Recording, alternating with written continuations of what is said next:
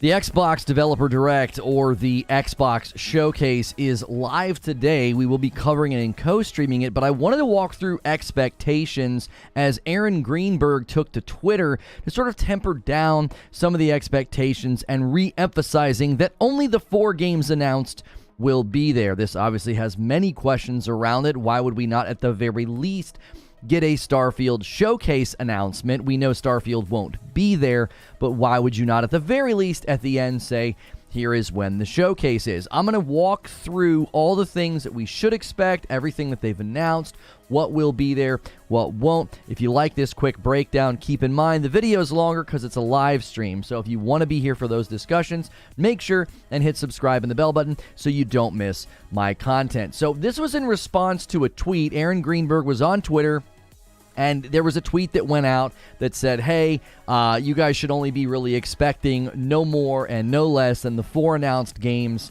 at the actual showcase. So Aaron Greenburg said I wish I could like this tweet a bunch, and then he pointed to one of his original tweets where he said, since many folks have asked, our show is tracking 43 minutes long. As outlined in this announcement, our goal has been to be as transparent as possible on what dev teams, games, and other to expect to be at the show. And he said, be sure to read the details from the 4 teams, and he links to the blog, basically saying, Starfield won't be there, is what he's trying to say. Like, listen, if you're expecting Starfield to be there, it's not going to be there.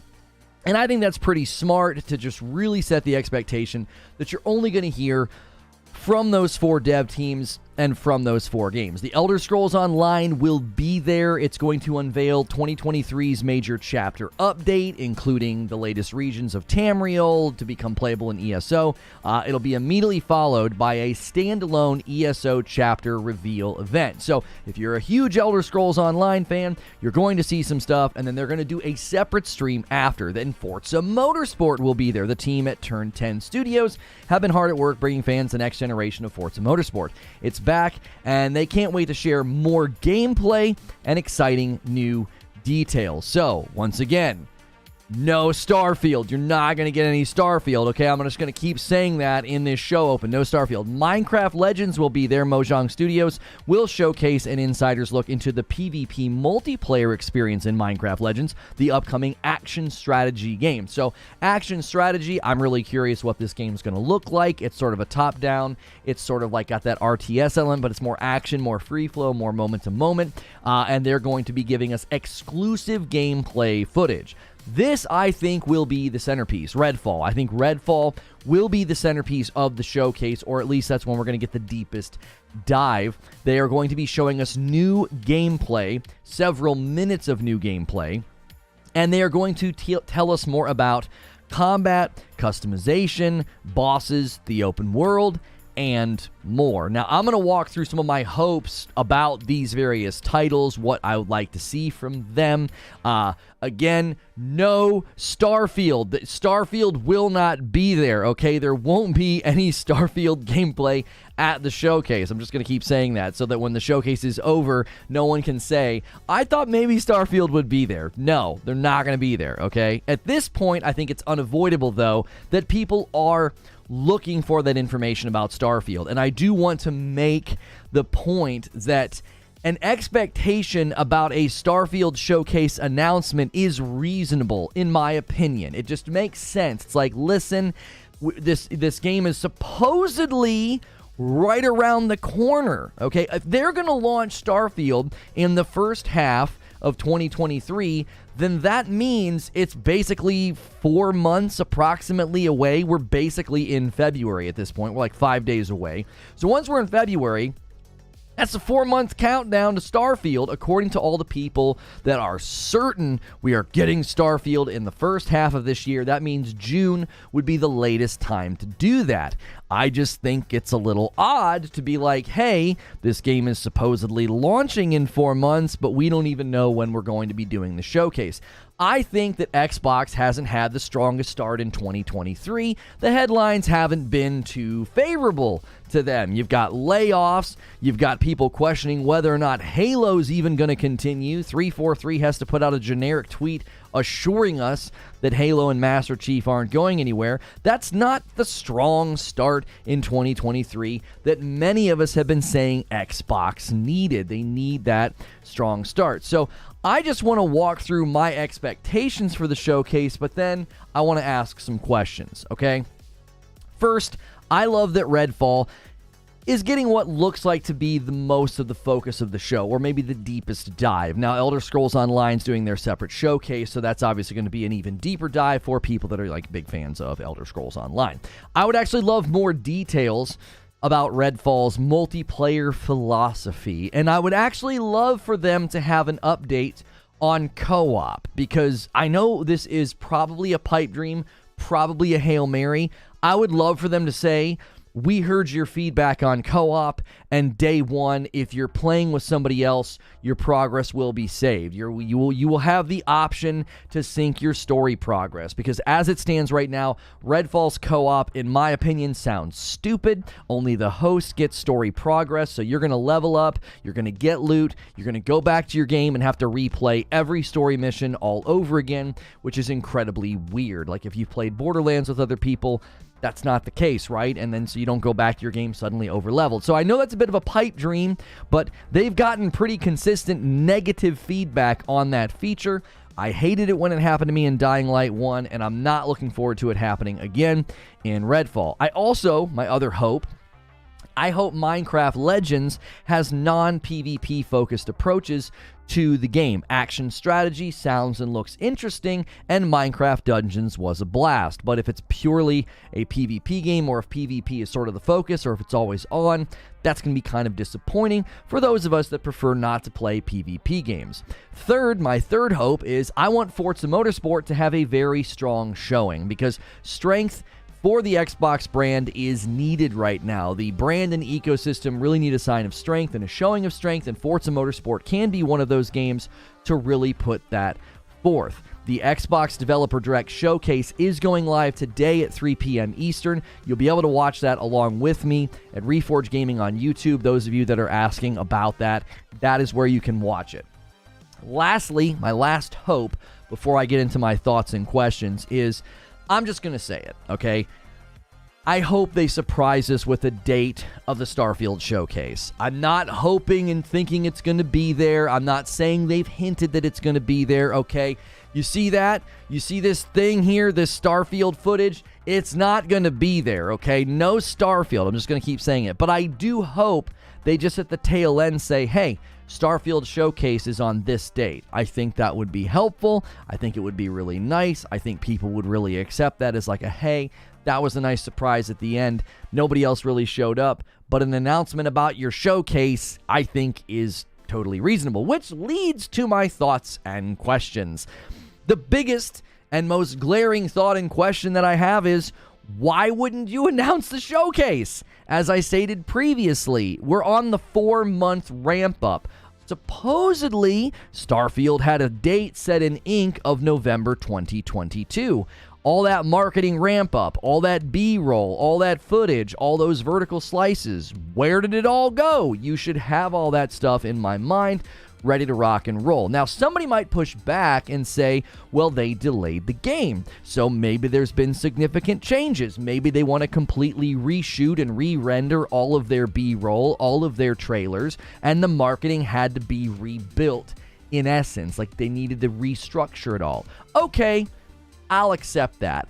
But you haven't sorted that out by now? The game is supposed to be launching in approximately 4 months, and you don't have all that sorted out. You don't know when you're doing your showcase. Now, somebody might also push back and say, just because there's no showcase announcement doesn't mean they don't know when they're doing it. I would say, nah, I think that means they don't know when they're doing it, because you would take that captive audience, you would take the fact that you had all these people watching, and you would really surprise everybody. It would be a pretty big crescendo. You would dominate the press coverage for the next 24 hours. Surprise Starfield showcase announcement, right? So if they don't say anything, I actually think it stands to reason, and it's a very reasonable conclusion to say they don't friggin' know when they're doing this showcase. The bad press and the rough start of 2023 with layoffs and Halo and 343, it would just be, I think, a really, really nice way to build some confidence in the brand for 2023. Anybody that thinks this game is landing in the first half of 2023, I think is going to continue to struggle to hold on to that wish and hope the more we hear and see nothing. The second thought or question that I have is the release date of Redfall will likely affect the optics, the hopes, and the speculation about Starfield's release date. I anticipate that we get a bunch of release dates. They're talking about 4 games, and if you start launching games in March and then you launch them sort of spaced out, that kind of gets us to the middle of the year. And then the middle of the year is a perfect time in June to be a part of Summer Game Fest, Xbox Bethesda Showcase, and a Starfield Showcase. That's been my theory for a while. Starfield Showcase is going to land in June alongside all of the other marketing pushes, and then the game's going to land in October. Like 10/10/23 is a great date. It looks like a binary thing, like computer language, and it's a Friday. Like that's been my speculation, is that this game's coming 10/10/23, and then they're going to use the summer push in June to really ramp up and say, hey, we needed a little extra time, but you know, as a show of goodwill, we're going to show you a ton of footage, right? That's what the showcase's focus is going to be. We did need a little extra time, but we're going to show you why. We're going to show you some really great stuff. I think that's going to be the way they sort of spin that up. Now, if Redfall lands in May, or maybe gets pushed into June, seems kind of crazy because Diablo 4 is in June. I would imagine that means you're not getting Starfield in June. So wherever Redfall lands, I do think the closer it lands to June, lands late in May, I do think that's going to make it hard for people to be like, oh no, we're definitely getting Starfield in June. So Redfall has to land in May or earlier to really, really maintain any kind of a theory that it's going to land in June. And I'm still curious if there's going to be sort of any couch co-op updates, or at the very least the saving co-op thing. I'm just I'm curious and interested in how they're going to position Redfall as a game that they're billing as a co-op FPS shooter. How are you going to bill that if the co-op is sort of dated and odd? I really want to see how they talk about it when they do the showcase. Lastly, but certainly not least, Sony's going to respond. I'm not going to make today's show about Sony, but Sony's been kind of quiet, okay? The Xbox Activision deal, that acquisition, kind of caused everybody to go dark. Sony didn't want to do an annual showcase. The rumors were it was related to the Xbox Activision deal because Sony doesn't want to walk out and start touting exclusives, because the wonderful, intellectually deep thinking of the journalism and the blogosphere of gaming press that is just at this point, I think, embarrassing. They essentially were running with the false narrative that it was hypocritical and that Sony was making it about exclusives. Sony wasn't making the deal about exclusives, but because of that press coverage, and this should cause you some concern as somebody who's involved in gaming or gaming news, you should be worried that the gaming press kind of has that power now to slant things or spin things. We've seen this over the last couple of years. That, I think, caused Sony to say, let's not do our annual showcase. Now, Microsoft, in a similar fashion, kind of went quiet, kind of hasn't said much. Now that Microsoft's going to walk out in the open, start talking about Redfall, especially when they start talking about Starfield, that's going to allow Sony to say, hey, it's time for us to start talking about our games and our exclusives for 2023. So we will likely see a Sony State of Play announcement in the wake of this showcase. That show, I don't know when that State of Play will be, maybe February, maybe March, who knows. But I would imagine that we'll start hearing from Sony again, and it can be, thankfully and hopefully, a really good ping-pong match of announcements. Like Microsoft starts talking about their stuff, and Sony starts talking about their stuff, and we stop having to talk about this stupid acquisition that's going to get stuck or, killed over the next 7 or 6 months. So, those are my hopes and expectations. Those are my thoughts about this.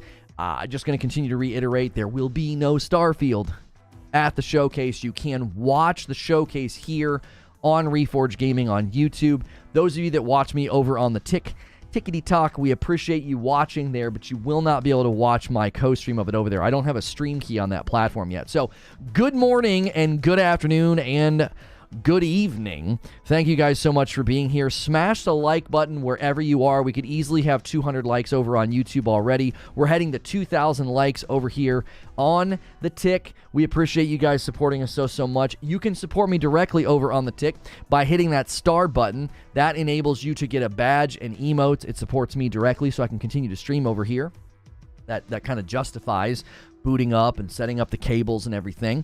Those of you over on YouTube want to support us directly. Our daily goal, we almost missed it yesterday. We haven't missed this goal since like mid-November when we started doing it. If we hit 25 members in a day, I have to give 5. So who wants to be the first member of the day? We got a bunch of coffee orders yesterday. I printed those all out last night. You should have gotten your emails, so make sure and check. That will give you that notification, and I believe it should give you tracking. And so make sure and do that. And then always remember to support our various sponsors. I am wearing Gamer Advantage glasses. I continue to rotate the frames. I now have 4 different frames from them. Use code Lono over at gameradvantage.com. This is one of the reasons I like them. These flexible sunglass attachments. I can throw them in my pocket, and as somebody who wears prescription glasses, very nice to be able to bring those with me. So, and if you ever like my shirt, you can use the code Lono over there at 80stees.com as well. Let's get to the meat of this, though. That's enough talk about sponsors and members. You guys can take care of that as the stream goes on.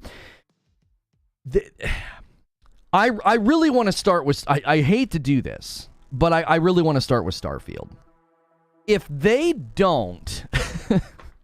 If they don't announce this showcase, am I being... Yes, the showcase is today, Barrett, 3 p.m. Eastern.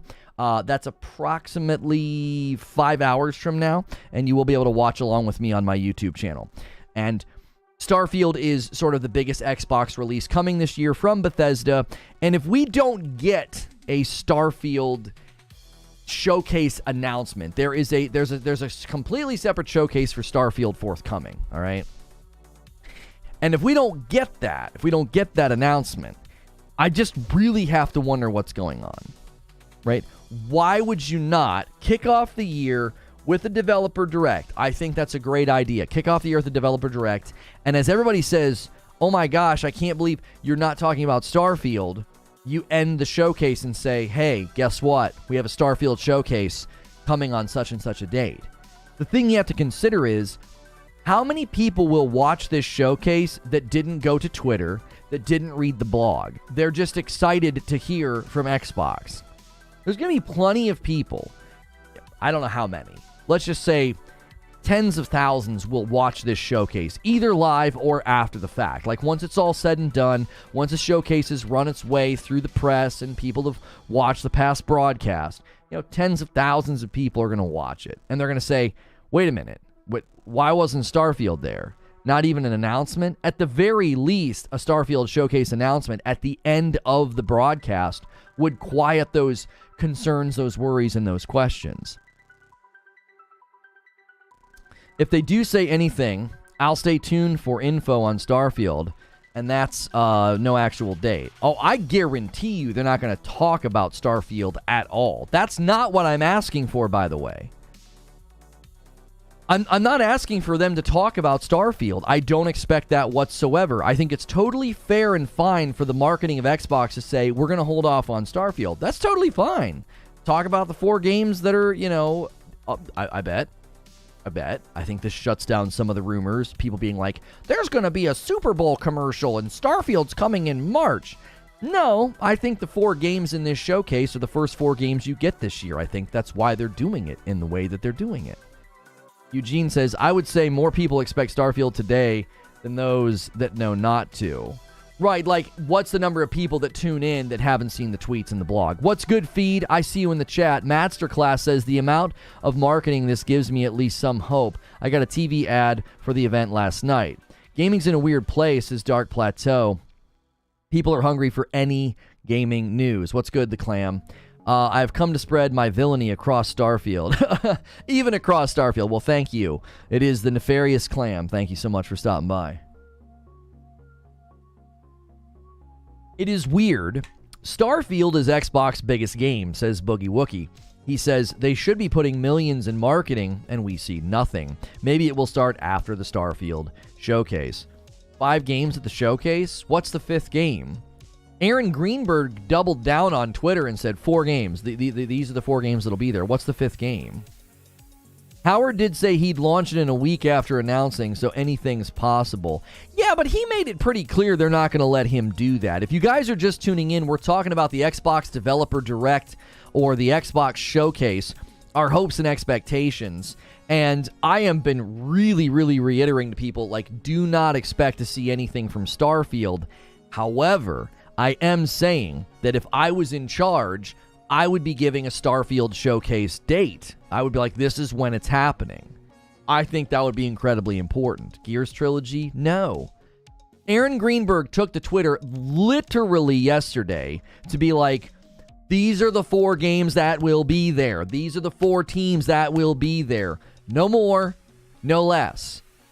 So if you hold out hope and you're like, oh, we're gonna learn about Gears and the Gears collection, and no, I wouldn't do that to yourself. Why would you do that to your own expectations? They're telling you not to do that.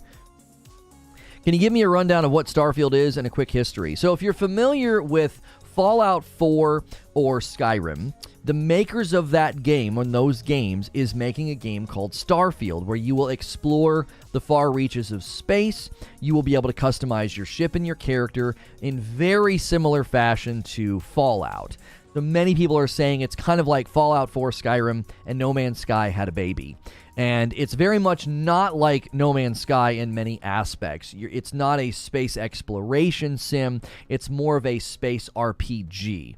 So think like Star Trek. You're going to be like exploring the far reaches of space, upgrading your ship, getting new technology, getting a crew. You can build on the planets. You can set up bases and things on the planets.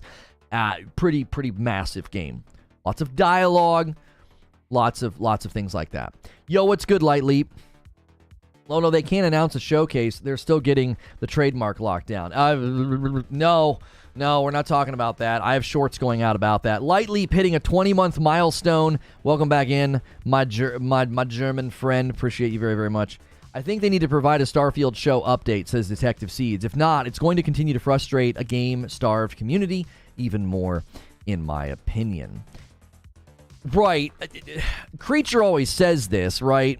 My producer always says nothing is better than bad, right? So instead of doing a bad show, we won't do a show a lot of the times. Like, if we don't have a strong second show, you guys may have noticed this recently, we just don't do a second show. We do an upload instead, and then I end the day hanging out with members. In this situation, not saying anything about the Starfield showcase, I actually don't think you can apply the axiom that nothing is better than bad. What would be bad about telling people when the Starfield showcase is? What would be bad about that? How many people haven't seen the blog? How many people have not? I mean, they better say right on the front end of the showcase, thanks so much for tuning in. We just want to let you know that these are the 4 games and 4 teams you will hear about in this broadcast. If you're excited about Starfield, we'll have information forthcoming about when that showcase will be and how you can watch it. But it will not be in this showcase. Like, that's what I would do if I was in charge. I would be saying that in the first 120 seconds of this broadcast. That's what I would be doing. Have they discussed whether they're going to have team or solo exploration? Oh, there is no multiplayer in Starfield as far as we know. They haven't said anything about it. I think they've built it as a single-player game every time they've talked about it. Gears desperately needs an overhaul or Neil Gaiman-level writer to write the ship. That actually sounds fun. I actually think Starfield could be a very big game. I'm a little off-center. I actually think Starfield could be a very big game for Xbox. Fat Lump hitting an entire year, and it's a VIP. He says, like the stream, chat, you know Lono deserves it. When's the Microsoft Showcase? The Xbox Showcase, or the Xbox Developer Direct, is today at 3 p.m. Eastern. We will watch it. We will co-stream it. We appreciate you guys so much for supporting the channel. Fun fact, the Greenland shark lives up to 300 to 500 years, matures at 150. That's incredible. What's it do? Does it like knit sweaters? That's old animal. I work in sales that requires delivery date updates, and I disagree with that approach 100%. You want to talk about frustrating people even more? Dismiss them. Bad news is better than no news at all. Well, I don't even know what would be the bad news, Detective.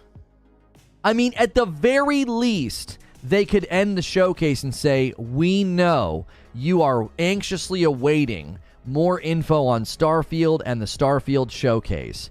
Follow us on these various outlets for upcoming news about when you can watch that showcase. Like, you need to at least announce, you need to speak to the showcase. Oh, a third delay would be bad news. Oh, I see what you're saying. Yeah, no, I don't agree with that. I don't think you would want to sully this showcase by saying, oh yeah, Starfield got delayed again. I don't think that has any business in this showcase. I think that would be a mistake. I don't think you want to do that. I think by and large, you keep that out of the frame right now if you can.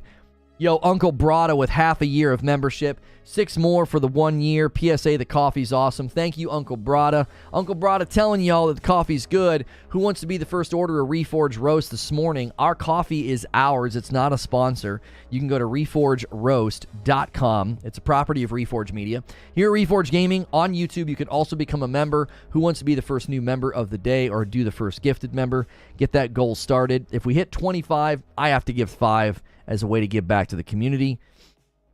Release dates today will just give us Starfield's window. I don't think they're going to say anything about Starfield's window. I do think the 4 games we're hearing about, Minecraft Legends, Forza Motorsport, The Elder Scrolls Online, and Redfall, I think we get release dates for all those things. The new chapter in ESO, Redfall, Minecraft Legends, and Forza Motorsport. So 3 new game release dates, and then whatever this new chapter in ESO will also get a release date. Yo, what's good, 809 Line? How are you? I think they have to say something about Starfield, about the Starfield show, says Detective Seeds. I don't think they drop a we've delayed it in this show. That wouldn't be good. But to not address it would be bad. Okay, so then we're in agreement then. We're in agreement. Yeah, you can't just say nothing. 3/3/23 would have been the perfect release date for Starfield. Listen, if they're doing that, okay, if they're doing that, let's just tease that out as a possibility, right? Let's just keep that as a possibility. Hang on, I don't want to get interrupted. I'm gonna go do not disturb on my phone. Okay, we should get our connection back here on the tick. I forgot to put myself on do not disturb. Sorry about that. We're back. Okay, let's tease this out. Okay. Let's imagine they're still doing 3/3/23 as a release date. There were people that said this. There are people that keep doing like 23/23 dates. They're not going to do that. They're not going to make the date, like the day and the year, the same. That's not what they do. They like to do the month and the day the same, so then no matter where you are in the world, the date looks the same. They're not going to do 6/23/23 or 3/23/23. They're not going to do that. If any of the numbers match, it's going to be date and month. So 3/3/23, that's a Friday. Okay, that works. What's happening today? There's an Xbox showcase called the Xbox Developer Direct. It goes live at 3 p.m. Eastern. You can watch it on my YouTube channel along with me. Reforge Gaming is the name of the YouTube channel. If you want to come, I'm live right there now as well, doing this, but in full screen. Okay, so if they're launching this on 3/3/23, then you get a showcase date today for February. No doubt in my mind. There is absolutely no way you're launching this game 3 days into March on the first Friday of March, and you don't do the Starfield showcase in February. And if you're doing the Starfield showcase in February, it will be announced today. I'm telling you right now, everything I just said is incredibly unlikely. No way. There's no way any of that happens. I am doubtful, and I'll tell you why. All of the people that have sources at Microsoft, the guys on the Spawncast podcast, Randall Tor and Jez Corden, they laughed at the prospect of a March release on their podcast. So the people that are plugged in, the people that get reliable leaks, Jez Corden literally announced this showcase before Microsoft did. He laughed at the prospect. If this thing was coming like that as a surprise drop, they've done a remarkable job keeping it quiet. A remarkable job.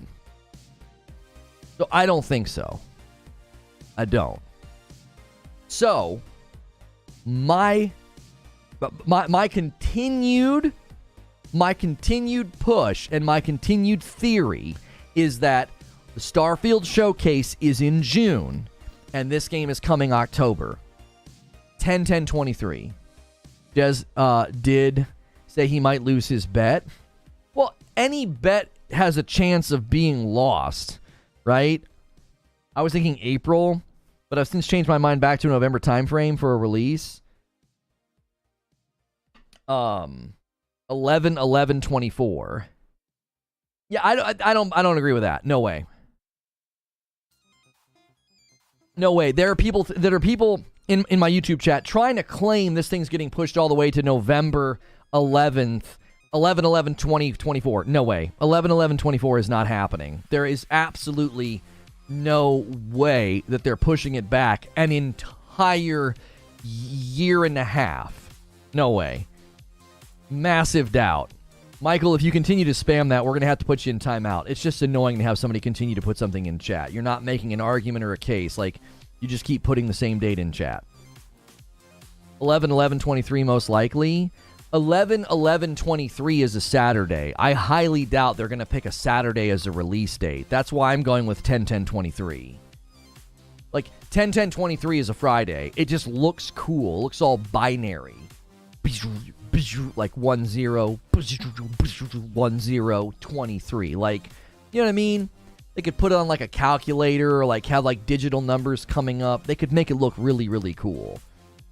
April for Starfield? No.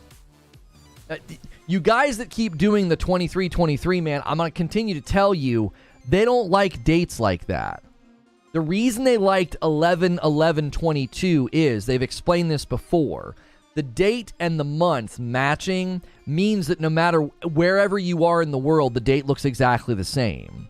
You create like a palindrome-like effect on the date, regardless of what region of the world you're in. Having the date, like the day and the year match, that just doesn't serve their purposes. That's not why they do that. They don't just do it because it sounds cool and looks cool. It's because it creates a palindrome-like effect on the actual date. So regardless of region of the world, you see 11-11-23 and you know, I know when that is. You know that date. There's no questioning what the release date is. I would just like to hear about State of Decay 3 soon. We've got shorts coming on YouTube. I've already got a short up about the day before. We're not going to talk about that. That's related to that title a little bit as far as style goes. The holiday season will see console sales increase as supply increases. We are about halfway through this generation. Starfield will ride out this console generation 2024 release date. Everything you said up to 2024 release date doesn't follow. That's a non sequitur. Why is what you're saying lead you to the conclusion of a 2024 release date? Everything you just said would make perfectly good sense to release at holiday of this year. Redfall in April, Starfield probably in June, but wouldn't it be cool if it dropped today? I mean, oh my gosh, dropping today wouldn't. I mean, there's no way. Come on, you know you're wishing. You're wishing. I think the internal Redfall delay to May is real. I think that's accurate. I think our Redfall release date is May. Yeah. We're not halfway. Oh no, we're not halfway. We'll be halfway through end of next year, right? We'll be halfway through this gen end of next year. Because end of next year, if you add 4 years on top of the end of next year, it'll be the end of 2028. Because 2028 is probably around the time we start to see new consoles getting circulated, I would imagine. 8-year cycle or so. So, yeah, end of next year is probably the halfway time. I remember when Fallout 4 was released in Asia at 1 a.m. Europe time, I stayed up to download and unlock via VPN, says Lightly. Good times. Forza in October, most likely? No. Why? Forza Motorsport is one of the games that is supposed to be coming first half of this year. Why would it be in October? I think everything we're hearing about today in the Xbox showcase is coming first half of 2023. I do. Minecraft Legends, Forza Motorsport, Redfall, and then this Elder Scrolls Online chapter. It's all coming in the first half of 2023. I see no reason to look at any of the titles being talked about today landing as late as October. That would be very odd. That would be very odd. Have they disclosed whether or not they'll have NPC party members to go with you? They haven't said anything about that in Starfield mass produce as far as like companions like in Fallout 4. They've not said anything like that. The day before got delayed again. It's not delayed. It's a fake game. That's a fake game. Stop. Just stop engaging with those people. They're not being honest with us. They already lied once. They lied and said it was a known Steam issue, and then they came out later and said somebody trademarked the name. That's it. So which is it? Yeah, no raw footage. Promise. That's why I made that video last week. Creature gave me pushback. He's like, we should wait and see if the footage comes out. I'm like, no. I am literally walking out in the public and I'm saying, prove me wrong. Where's the gameplay? Here we are. I'll do another video. Don't you worry. I'll do another video. I didn't want to record it this morning. I wanted to develop. I didn't want to I want all the chips to fall before I make a video. What's going on? And now your mama knows. Starfield showcase in the next month for a launch in May. I don't think so. No, I don't think so. There's too many people. There are too many people plugged in to Xbox and Microsoft leaks for me to think that Starfield's landing first half. They all have the impression in the sense their gut tells them it's landing second half. I take that to the bank. I do. I take it to the bank. I have an Xbox credit from Christmas and I have to decide between Dead Space and Hogwarts. I'm not going to say it. Redfall feels like a mid to May release game. Well, Creature just said a little bit ago that the delay was official. The internal delay to May was not official. They never said anything about that publicly. Landing first half or crashing into the moon. Aw, come on, be nice. Not to mention that the new expansion for D2 releases that week as well. I know it probably doesn't affect Starfield's release, but it'd be stupid for them to release it that soon. Yeah.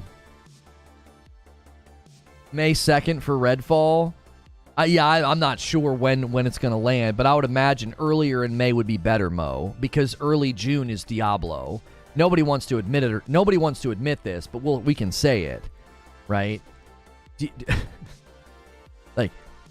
Diablo is a contender for attention, right?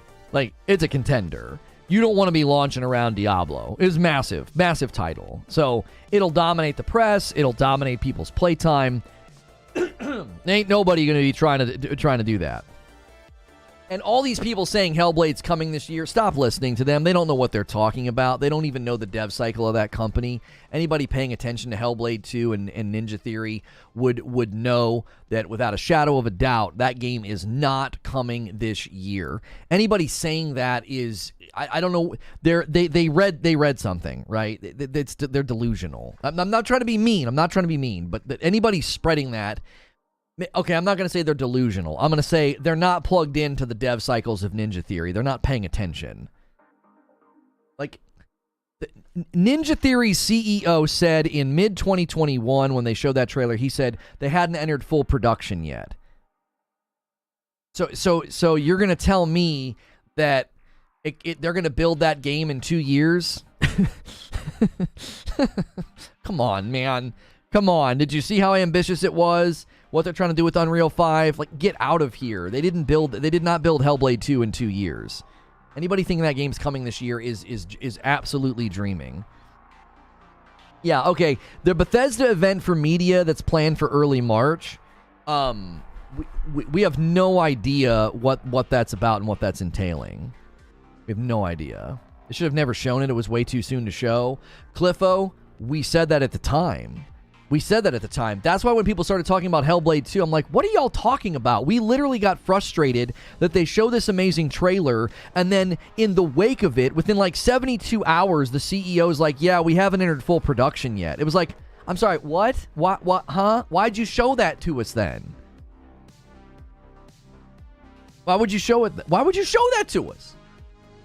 If you guys are just tuning in, we will be watching the Xbox Showcase or the Xbox Developer Direct today at 3 p.m. Eastern. If you want to watch along with me, you got to do it on YouTube at Reforge Gaming. So make sure if you're watching on YouTube, hit subscribe, smash that like button. We're going to close on 300 likes very soon. We're closing in on 4,000 likes over on the tick. We don't have a member yet, and we don't have a coffee sale yet. Somebody's got to pop that. Somebody's got to break the seal. Let's go.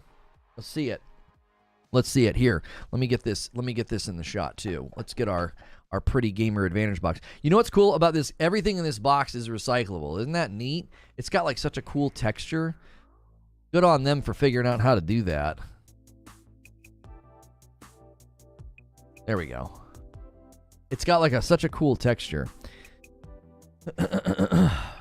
Monotone voice. The witch came from the moon. Oh my gosh, stop it. Dinklage in Starfield. Oh boy. Avowed. 2030 so far? No. At this point, I would like some footage of an next-gen Fallout 4 patch. That would honestly carry me until Starfield's release date. Hey, Parasito! The first time Paris has ever gifted members. I always love to see that the ownership of this community is just amazing. Cypher got one, JoJo, Typical Trill Gaming, Cool Kurt, and where is the fifth? That's 4 people. Come on, man. Claim those members there. Claim those members. There it is. Engo. First time on YouTube. Oh, that's right. That's right. Sorry about that.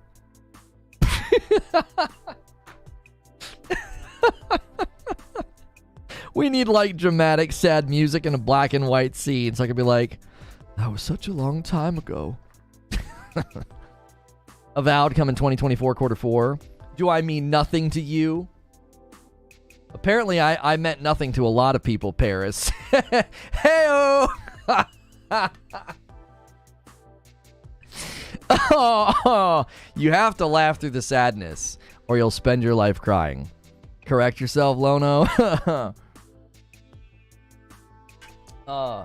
What tier of membership do I need to join to never see that again? Yo, Light Leap. Light Leap's going to do it, man. Let's take it to 10. 10 out of 25 on that daily member goal. That's so kind, man. Thank you so much, Light Leap. Guten Tag, my German friend. Needed to join the gifting train. My man. Ronnie got one. Radagan, Scott McCauley, Verbus, Jeremy, and... oh, that's it. That's all 5. What will the most well-liked Xbox game release this year? The most well-liked? I think it'll be Starfield. Yeah. This guy thinks the Hellblade footage we saw was gameplay. Do we really need to pull that trailer up and look at what it says at the bottom? Doesn't it say in-engine? Isn't that all it says? It says in-engine render. That doesn't mean it's actual gameplay. It just means they did it in-engine. It's probably fully rendered. Man, our thumbnail turned out so good today. I love it. I love it. Okay, so the gameplay reveal. I want to see what it says at the very, very beginning. Let's see what it says at the very, very beginning. Ninja Theory. Okay. Let's see here. All right. Okay. Let it play. Wait, let it play. Hang on. I got overlays turned on. I want you guys to see this when it happens. Okay. There we go. Here we go. Let's see what it says. Let's see what it says.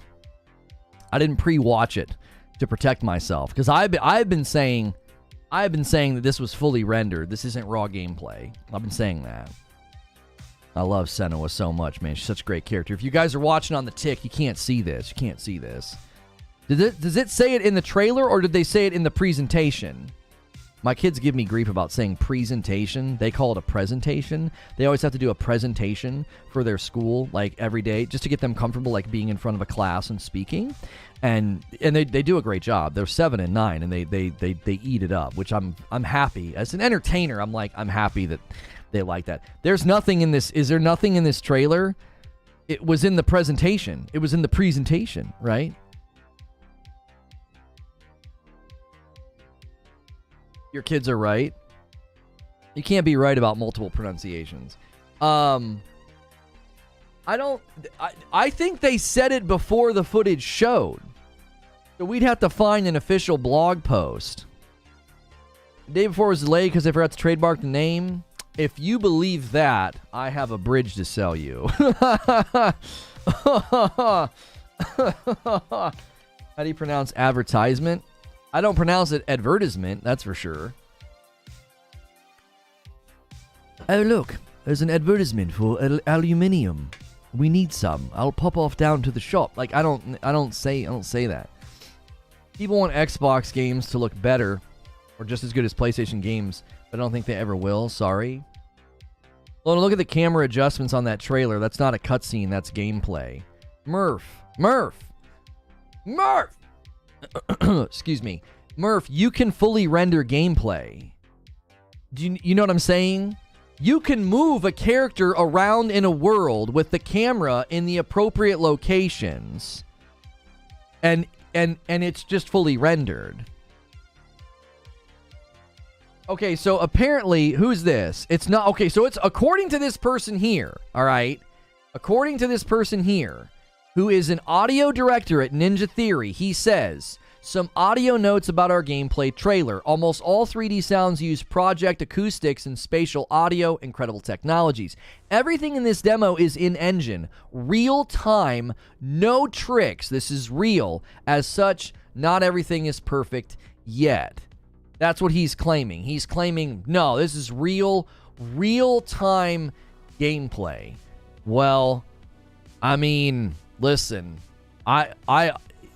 then I can't wait to play this game. This will be a historic game. Dude, this will be a historic game if that's what they can do in real time. Are you kidding me? Look at this. It's unbelievable. Real-time in-engine doesn't equal gameplay. Explain that to me, Paris. Is he using lingo to get around admitting that it's not raw gameplay? Now that says in-engine. Yeah, he says everything is in-engine, and then he says real-time, no tricks. What's the resolution of the video you're watching? It's 4K, but I have it stretched, so that might make it look a little not great. So they went from July of 2021 not being in full production to showing gameplay in December 2021. That's full cap. Cutscene rendering. Saying in-engine gives it away. That's what I'm saying. He tweeted that it's in-engine, but then he goes and right after that he says real-time, no tricks. And I'm like, wait a minute, wait. If it's just rendered in-engine, it's not real-time. Those things are mutually exclusive, are they not? Looks fine. I was curious if they were rendering at a lower resolution. No, I do this thing so I can have my script on one side of the screen and the video on the other. So when I go like this, you guys can see the video and not my script. The engine is rendering things real time, yes, says Piracito. It's highly indicative of gameplay, but it's going to have to be cut down for UI and system spec needs, says Piracito.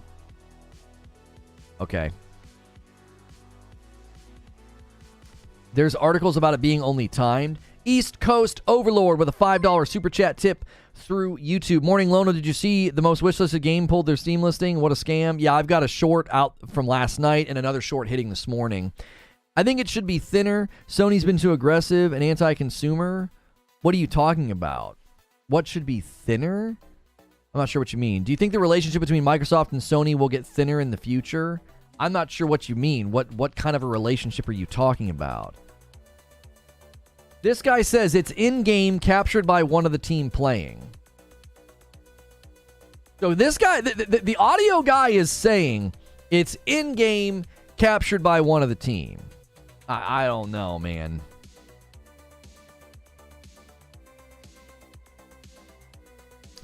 Paris just put something in the Unreal Engine introducing photorealism. This is real-time rendered, but not a game environment. I mean, according to this guy on Twitter, it was just one of their team playing. If you're just tuning in, we're debating Hellblade 2's footage. It's not really the focus of today's stream, but there are people out here saying, you know, we're going to get Hellblade 2 this year. And I think those people are crazy. They're crazy. No. That's the thing. I don't want to get hyped because then I can't get disappointed. That's right. Do you think Microsoft will have Obsidian and Bethesda team up for a future Fallout, says Polar Blair. I don't have speculation on that. I've not thought that far down the road. You know, I just haven't. I have not. And then you also asked me over on the Tickety talk, you said, do you think there will be a Halo BR announced? Yeah, certain Affinity's building it. I just think they're waiting to ship it or waiting to announce it, or who knows what they're doing. But I believe that, yes, that is real. People have seen it. People have played it. That it's a real thing. With the rumors of Starfield and Forza going to be delayed, do they get pulled away? Wait. There's a rumor that Forza Motorsport is getting delayed. Where I didn't see this. Where was this stated? Forza Motorsport delay rumor. Where did you see this? Rumor in June of last year. The rumor last year was that it was getting delayed to 2023. And this says the rumor is it's reportedly targeting spring of 2023. I'm not seeing any new developments about Forza Motorsport getting delayed. I've not seen that in any of my feeds. I always check claims like that. I'm like, wait a minute, are you sure? I heard about it last night from another video. Is it a good video? Is it a good YouTuber? Or is it somebody just talking out of their rear end? Like, I've not seen anything. I feel like that would be in my feeds. I feel like that would be something I'd be seeing. That's one of the titles that's supposed to be landing first half of this year for Xbox. I think that Microsoft will buy certain Affinity sometime this year, and then they will take over as primary on Halo. That's not a bad theory. It's not a bad theory at all. That lines up with the rumors from that one tweet where they said that, like, 343 would be assisting other companies, you know, basically onboarding them as Halo devs. You're looking at old news. You can make up links all you want. I'm going from actual articles. Articles. Stalker is 3 months timed. Oh, you guys are debating Stalker. I don't know anything about that being timed exclusive. I don't know. You're saying Stalker 2? Stalker 2 timed exclusive? I've not seen anything on that either. IGN reported on this 2 years ago. Stalker 2 will be exclusive to Xbox for 3 months. Have we seen any updates on that recently? If I go to my news feed, I'm not seeing anything this year about that. I'm seeing really old articles. So let me trim it down to just in the past year. Nothing.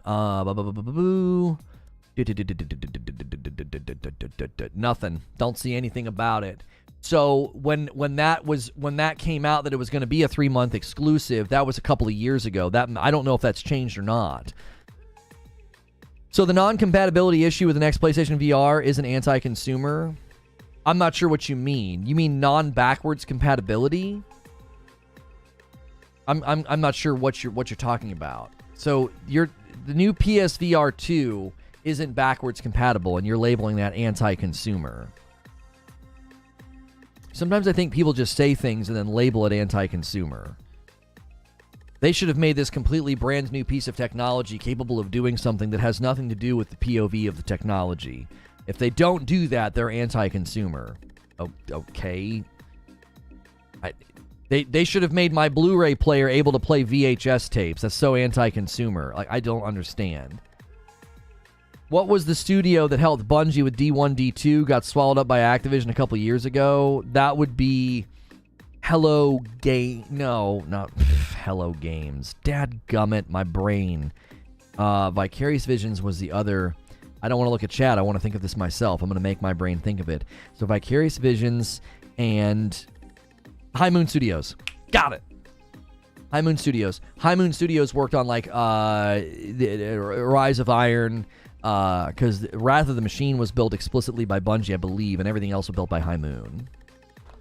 Hello Games. I don't know why I went with Hello Games. Yeah, Hello Games, dude. Yeah. We were talking about media from 30 years ago. Okay. So, why is your presumption and assumption as a consumer that new technology should enable you to engage with old technology? Why? I'm asking. I'm not saying that it shouldn't. You're creating an imperative. And when you create an imperative, I believe imperatives require the most compelling argumentation because you're creating an ought. You ought to do this. You ought not to do this. When you're going to create an imperative, I need really compelling argumentation for me to look at a company to say, hey, all that new technology you built, the architecture, the interface, the software, it should be able to interface with old software. Why? Why do you think that?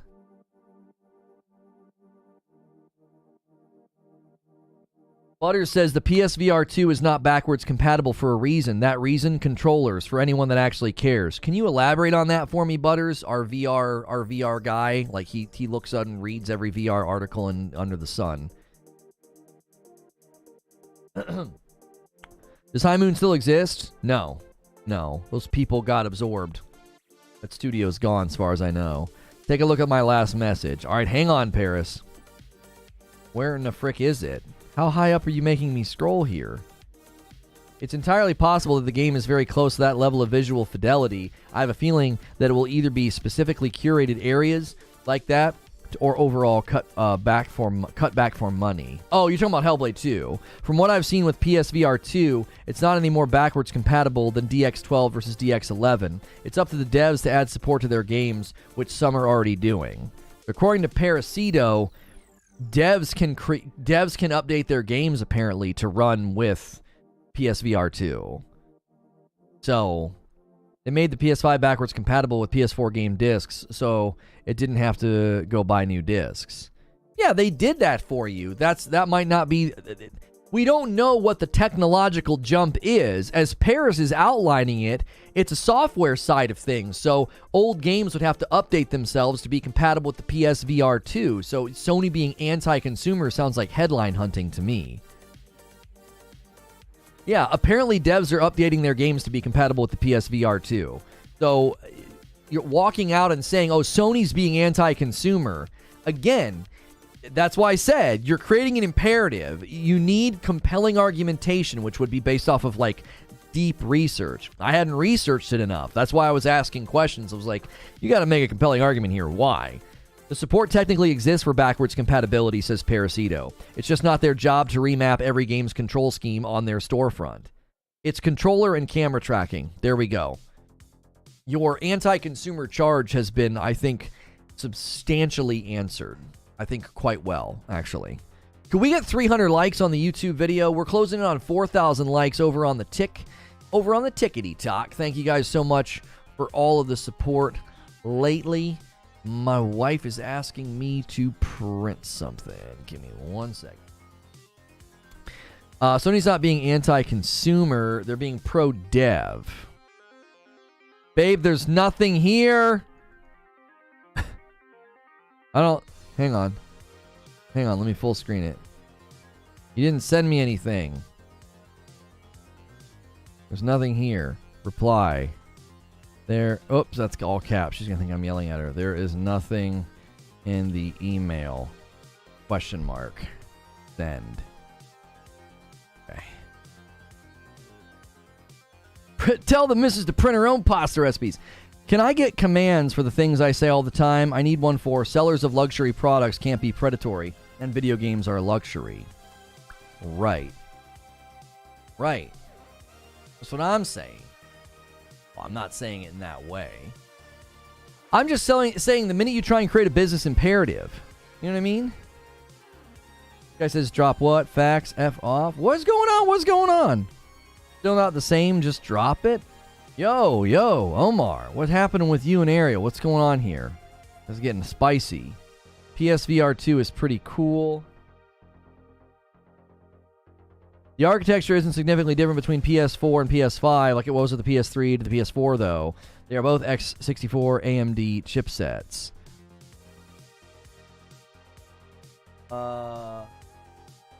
Hogwarts is surprisingly legit. Combat looks actually fun. Yeah, we'll probably do a breakdown of that video tomorrow. There's a lot of new footage out there. Yeah. A lot of new footage in existence. So,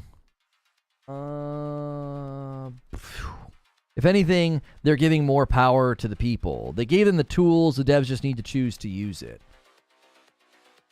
Is the coffee whole bean? No, it is not. It is ground coffee because a smaller percentage of people would buy full bean.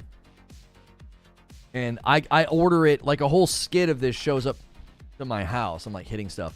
A whole skid of this shows up to my house. So it's pre-ground coffee because I can't do like a half. If I could do like a 70-30 order, 70% pre-ground and like 30% full bean, a whole bean, I would do that. Sorry, an immediate response adding me and saying drop it off one statement about the hardware being similar, kind of grinding my gears. Yeah, I mean, telling somebody to drop, it's a little condescending. So an update from me, Lono says, Shelly, I played Forspoken. It's actually shocking how bad it is. Like, how did it even get a 69? Easily the worst PS5 game I've ever played. Feel bad for the poor actor. I feel really bad for the actor, but let's be clear about something. That's not a PS5 game. It's a 2-year limited, it's a 2-year exclusive. It's not a PS5 game. Everybody's going to try and say that. The Xbox boys are going to try and say that. Yeah, look at Sony cranking out a bad game. They'll ignore Spider-Man 2 this year, and they'll ignore Ragnarok and Forbidden West, and they'll try and pin Forspoken to the PS5. It's a 2-year exclusive. That'd be like saying Tomb Raider was an Xbox title. It was a 1-year exclusive. It's a PS5 game? No, it's not, Mo. No, it's not. It's not first party. Calling it a PS5 game is disingenuous. Or we could maybe even say dishonest. It's not a first party title. It's a limited time exclusive. Tomb Raider was not an Xbox title. It wasn't a first party title. It was a limited time exclusive. Just because the dev said it was designed for PS5, like, look at what you're doing. Look at what you're categorically doing. You're being dishonest. It's not a first party studio. Just because the studio said, oh, we made it for the PS5, that doesn't mean it's a PS5 title. If Tomb Raider devs would have walked out and said, we made Tomb Raider, we targeted or made it for the Xbox One at the time, nobody would have been like, oh, that's an Xbox game. Nobody would have said that. It was a timed exclusive. It wasn't a first-party title. Like, timed exclusives are not... You can't do that. You can't do that. Before it came out, it was a PS5 game? No. I swear, my memory is... I mistakenly referred to that as a PS5 game, and I was corrected by people who wanted to limit the number of PS5 games coming out because they're keeping score. They're like, it's not a PS5 game. It's a timed exclusive, Lono. It's not a first-party title, Lono. I literally had people correct me on that when I was mistaken. I originally thought it was a PS5 game, and I got corrected. And now all of a sudden it's a PS5 game. If it was great, it would be a PS5 game? No, I wouldn't say that. Are you kidding me? Before the game came out, I said no. I said this is not a PS5 game. It launched day and date on Steam. It's not a first-party title.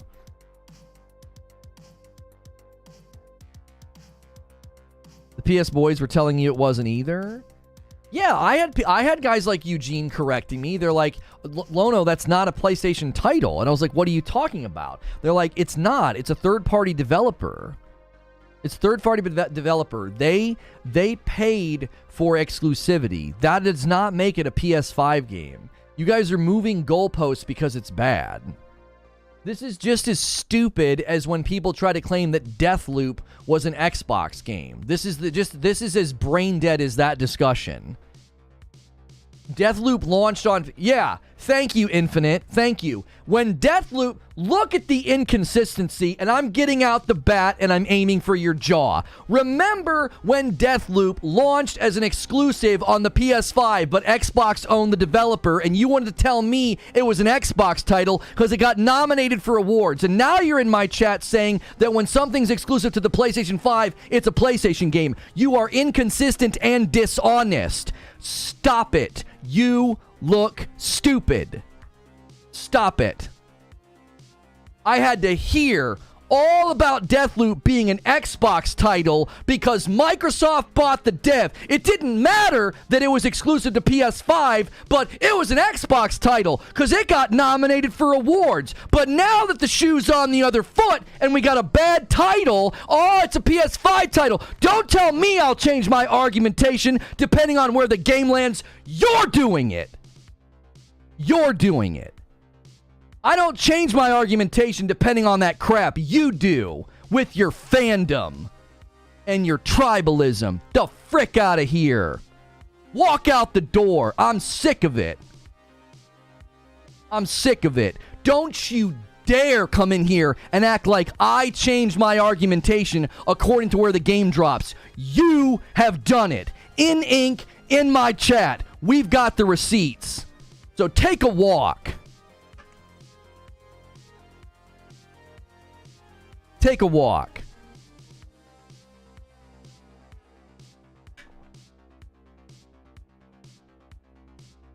You're talking to somebody. You're talking to somebody who remembers more than just like what I ate for lunch yesterday.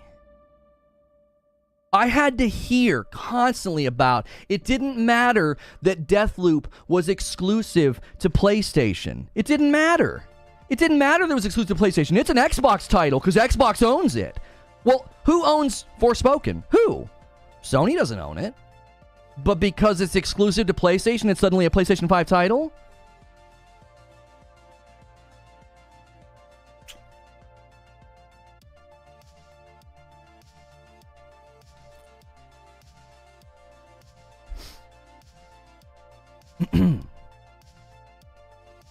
Thank you for the 5 gifted, Cyber. Let me add it to the title. I got wound all the way up on that one. I got wound all the way up. Don't you tell me I changed my argumentation like that. I don't do that. I'm good, Sven. I'm good. Thank you for checking in. I got people checking in on me because I got blood pressure issues. I'm good. Insinuating that I would change my position if it was a good game is bull. That is bull. That is literally what y'all did with Deathloop. That is literally what you did with Deathloop. 1030 Media Group with 4 months. Welcome back. Says, give it to him, brother. Zyber with a 5 gifted. It went to Starburst. Ziggyba and Pasty Gorilla and James and Yasmanis. You guys all got gifted members. Deathloop and Forspoken. Get stressed out about something useful. This is embarrassing. Like you getting self-righteous in my chat on the Tickety Talk. Like, really? Is that what you mean?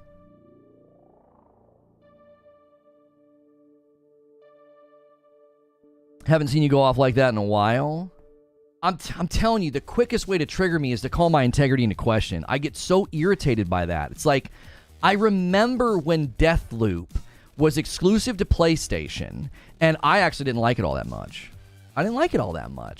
And I had to hear from people about, yeah, man, Xbox with all these game nominations. And I'm like, what the frick are you talking about? Oh, Deathloop. So it didn't matter that Deathloop was exclusive to PlayStation at the time. It mattered who owned it. But now that Forspoken's exclusive to the PS5 and it's not doing very well, it doesn't matter who owns it. Now it's a PlayStation title. That is inconsistent argumentation. That's a lack of integrity and honesty. Yeah, Deathloop was an exclusive to PlayStation. What was it? Was it 6 months or a year? I can't remember how long. I can't remember how long. Our first coffee order. I need to yell more often. Karmic Brutality. This might be your first coffee order. Karmic Brutality ordered a triple threat. One of every flavor. The dark roast, the light roast, and our holiday blend, the Frickmas blend. I really, really hope you enjoy that coffee. Thank you so much for that order. Yeah, it was a full year. These Sony fans are delusional? What Sony fans are delusional? What are they delusional about? What are they delusional about? If Forspoken is a Sony title because it's exclusive to Sony right now, then so was Deathloop. then so was Deathloop. Deathloop was a Sony title while it was exclusive. Do you see how dumb the argumentation is? It just sounds dumb. We don't talk like this about games. We don't. We don't say that. It doesn't make any sense. Like, it's consistent to say, no, it's not a PlayStation 5 title. It's not first party. Just like at the time, we wouldn't have said that Deathloop was a PlayStation 5 title. We wouldn't have said that. At the time, we said, no, it's a third-party game. It's exclusive to PlayStation because of a contract. With that logic, Stray is a PS5 exclusive. Yeah, Stray's not a PS5 title. It's the same thing with consoles and PC when Cyberpunk came out. Xbox and Sony were both talking about PC cranking out Cyberpunk. I'm not sure what you're talking. I'm not sure what you're trying to say. Crispy Bogod was 16 months. I know Sony doesn't own Square, but they might as well. Growing up an Xbox guy, I missed so many Square games that they were usually PS5 only. Okay, I'm not going to deny that it's about as close to a PlayStation title as one can get because of the relationship between Sony and Square Enix. My issue is the cherry picking. When Deathloop was getting nominated for all these awards and 9s out of 10s and 10s out of 10s, which was completely undeserved. It's a mediocre game at best. Like, it was completely undeserved. But when that was happening, I had to hear from all these people about, yeah, it's a great Xbox title. They were literally saying it with a straight face. That game was sitting on PlayStation exclusive for 12 months. You couldn't even play it on an Xbox, and I had people telling me, yeah, man, that's a big win for Xbox and Microsoft. I'm like, what? What are you talking about? We're in the same situation now. Forspoken is exclusive to PlayStation for 2 years, which is weird. But, okay, it's an exclusive to PlayStation. But because it's doing poorly, now it's attributed to Sony. But when Deathloop was amazing, it was attributed to Xbox. That right there, like, never go full. You're going full. That's full fandom. It's just unnecessary. It is not necessary. It's not conducive to dialogue. It's not conducive to debate and discussion. It just creates this insanity infused delusional world. Like, we can't even tell which way's up. How can you tell which way's up when you're constantly moving the goalposts? 2 more coffee orders. Raijin grabbed 3 dark and a Frickmas. And a bag of light to Miyako. Thank you guys so much for that amazing support. 15 members, 3 coffee orders. I didn't have a heart attack when I yelled at chat. It's a good day. It's a good day. I shouldn't have got that wound up. I should be more in control. I shouldn't have got that wound up. I leaned in way too hard. I'm that kind of guy where, like, if I tip past a certain point, it just all has to come out. It's like lava. You know what I'm saying? Like, once it starts rolling down the hill, it's just going to burn stuff. It's like once I tipped into that, like, rant mode, I couldn't stop it. I should be in more control. Lono, I'll play for Spoken when it comes to Game Pass.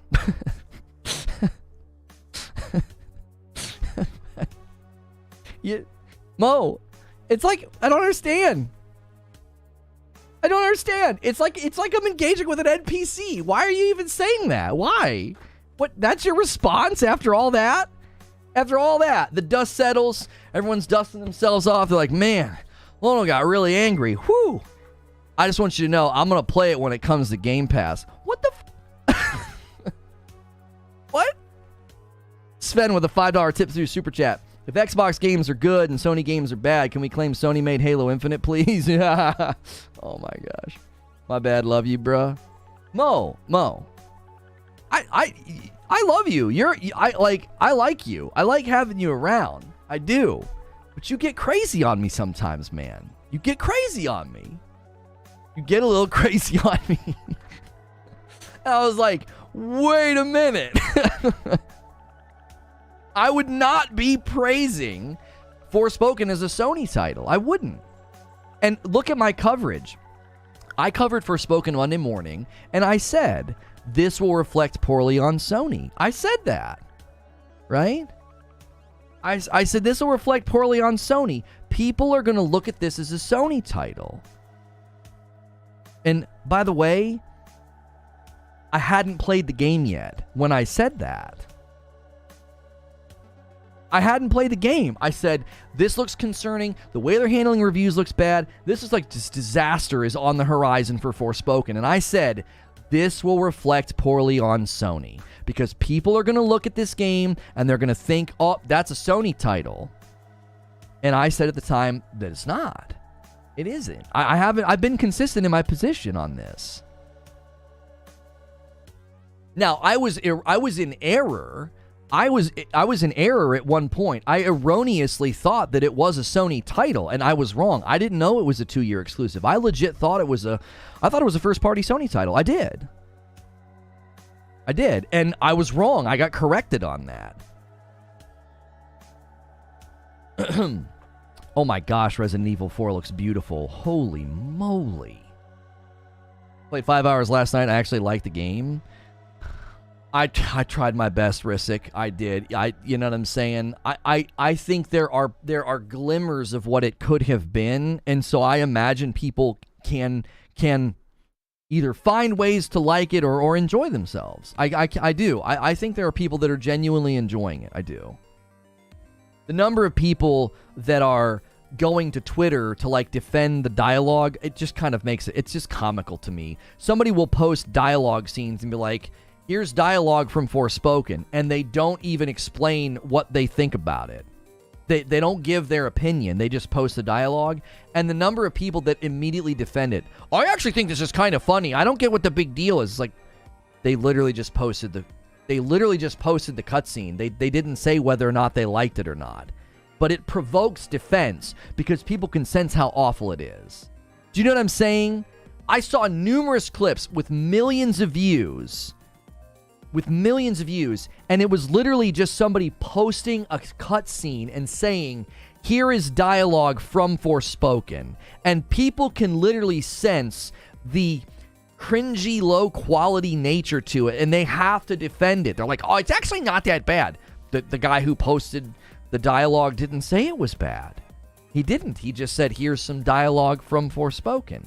It's so self-evidently bad that it provokes defense from people. It's like, what the huh? Imagine me doing that in Horizon Forbidden West or God of War Ragnarok. Just taking a cutscene, throwing it on Twitter and be like, this is some dialogue from God of War Ragnarok. And people being like, it's actually pretty good. What? Why would you do that? It's actually not that bad, said through tears and guilt. Thank you, East Coast Overlord, for a $5 tip through Super Chat. Counterpoint, if Sony cared enough to buy exclusivity for 2 years, I would still say they have a little blame. More on management than devs. I don't know if you can put any blame on a platform paying for exclusivity. Like, if the second Tomb Raider was really bad and Xbox paid for exclusivity, I wouldn't hold Microsoft to blame for that. They probably had zero idea. Well, they see a couple vertical slices. They know Tomb Raider's a good brand. And what? They're supposed to be involved in the development of the game? For all intents and purposes, Forspoken looked really impressive when it first came out. It did. Some of their earliest videos looked awesome. You talking about the Magic Open World game with the weirdly modern cringe dialogue? Yeah, it's bad. It's real bad. They paid for the exclusivity years ago. They're not responsible for the development of it. Yeah, I don't agree with that, East Coast. I don't. I don't think paying for exclusivity has you attached to development at all. At all. People will be talking about how Forspoken is so bad, but we forget it can be updated and made better over time. It can always be fixed and patched. I don't think you can fix and patch the stuff that's in that game, homie. You could probably fix and patch performance and optimization, but combat and dialogue, yeah, that's baked into the crust, my friend. Angry Pete with 16 months of membership. It's a VIP. Finally giving Gamer Advantage a try. Just ordered Inferno frames. My man, thank you.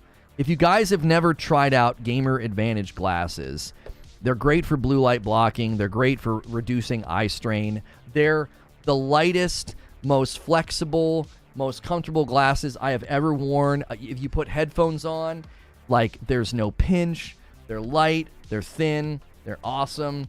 They're convenient. If you have prescription glasses and you don't want to have to, like, carry around a second pair of sunglasses, these slap right on. I get compliments on my glasses all the time. They've sent me like 4 different frames. I have all kind of different frames. These are the lightest ones I think I've ever had in my life. These are called Horizon. These are the translucent ones. They're so light. Like, I don't even feel like I have glasses on my face. So be sure to check them out. Use code Lono over there. If you order any glasses, it supports me. They're a great company. They reached back out and are working with me again, which I think is a huge win. If for any reason to support them alone, it's the fact that there's somebody that picked me back up after everything, which they're the only one. Eugene says, hold on. Let's flesh this out. So when Atomic Heart is an absolute joke, we can blame Microsoft now because they paid for Game Pass day one. Yeah, you got to be careful. I think this is why when you're really selective with your argumentation, you got to be careful. Like, Atomic Heart looks like another game that's going to have performance issues and not be that great. It looks like it's going to have optimization issues. Are we going to be able to blame Microsoft for that? Like, come on.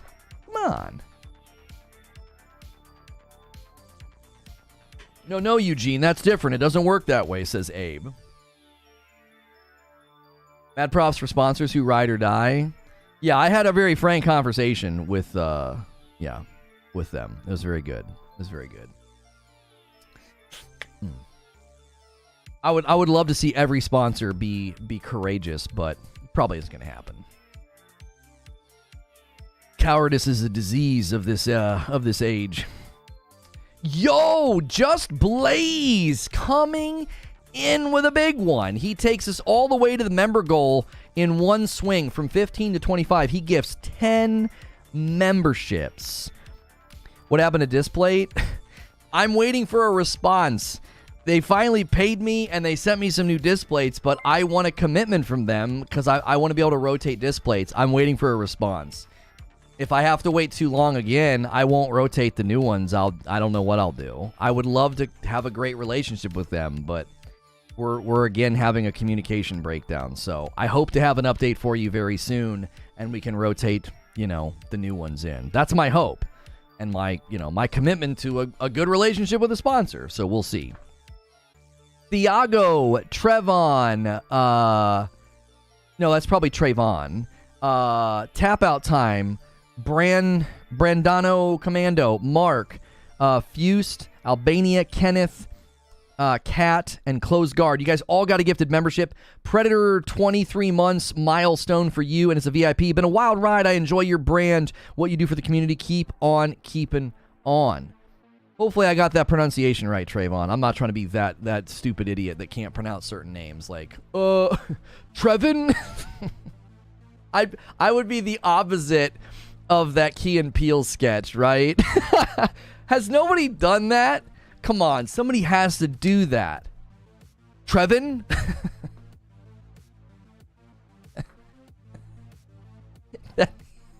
that totally needs to be a thing. Come on. Somebody needs to do the inverse of Aaron, oh, gosh. Golly, that'd be funny. Trevin. Let me gift 5 members as a thank you for us hitting the member goal today. If that hits 50, I have to do it again. Every 25 members, I give 5 back to the community as a thank you. Oh my gosh. Elder Scrolls new, hopefully. There's an Elder Scrolls Online announcement today as well as a stream about their new chapter, yes.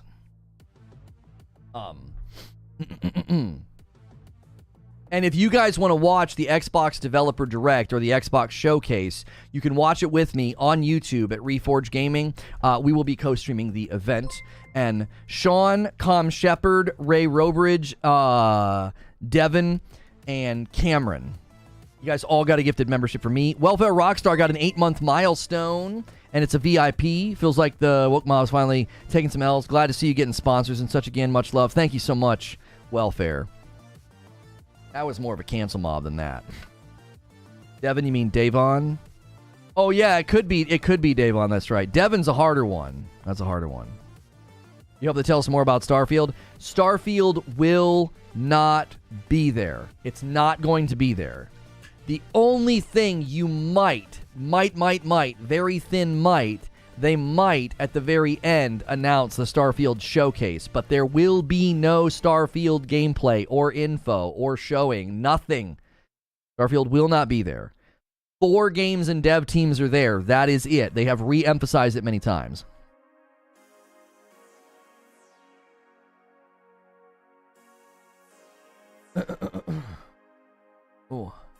Oh.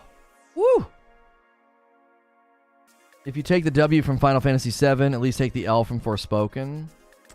But that's the thing. Like, this is a common mistake, right? This is a common mistake that people make, especially in my content in my streams. You have become accustomed to tribalistic fanboy YouTubers, and because I'm not one of them, you assume things about me because that's just what you're used to. It's not necessarily your fault, but you are responsible for presuming things about another person without evidence, okay? I never took the W for Sony for Final Fantasy VII. I don't do that. I don't. Whenever I've talked about Sony and their model and their content and their titles, I only ever talk about their first-party studios and their first-party titles. I am consistent on that. To the point that I consistently said Forspoken is not a Sony title before it was out, before we saw performance problems, before we saw tons of gameplay, right? A $5 tip from Newtonian. It's easier for Sony to pay time exclusive because they have most of the consoles and sell most of the copies anyway to offset costs of missing Xbox sales. Well, yes, when you have that level of market saturation, Newtonian, for sure, it plays a role. Sony must have gotten the Forspoken exclusivity in a package deal with other Square published games. Like, I can't imagine them playing an early build and being okay with Forspoken. Well, here's the thing, though, Shelly. Early vertical slices of Forspoken looked phenomenal. It looked perfect for the Sony ecosystem. Like, it looked and felt kind of like a Sony game. It did. It did. So you just don't know. You don't know how many iterations the game has been through. You know what I mean? Like, imagine you work for a company and you see early vertical slices of Watch Dogs. Do you remember that? You would say, oh my gosh, we need this game on our system. Look at this game. Oh my word. Look at the promises. Look at the potential. And then look at how Watch Dogs ended up. So it's very difficult to hold anybody responsible for an exclusivity deal that was inked, who knows when, 3-4 years ago, when the vertical slices of Forspoken at that time, any of the demo footage that was out there, looked phenomenal. To the point that I actually, in my mind, made the mistake. I thought Forspoken was in the Unreal 5 engine, because there's those early Unreal 5 engine demos that look very similar to Forspoken. So, their early showings of Forspoken were actually quite impressive. They were. And it turned out to be just not very good. There would need to be an update for Fable 2. There will not be an update for Fable, no. Aaron Greenburg from Xbox executive, he set expectations and reaffirmed them last night. The Xbox Developer Direct, okay? The Xbox Showcase today. 4 devs, 4 games. That's it. Elder Scrolls Online, Minecraft Legends, Forza Motorsport, and Redfall. That's it. If you're hoping for anything else, it's on you to readjust those expectations. There will be nobody else at the showcase. There is a very slim, tiny chance at the very end we're going to get post-credits, whatever. Hey, we look forward to seeing you at the Starfield showcase on this date. Minecraft Legends will be there. It is being described as an action strategy game from Mojang. Like how Minecraft Dungeons was a dungeon crawler RPG in the brand of Minecraft. Brand new game, brand new IP underneath the Minecraft umbrella. Minecraft Legends.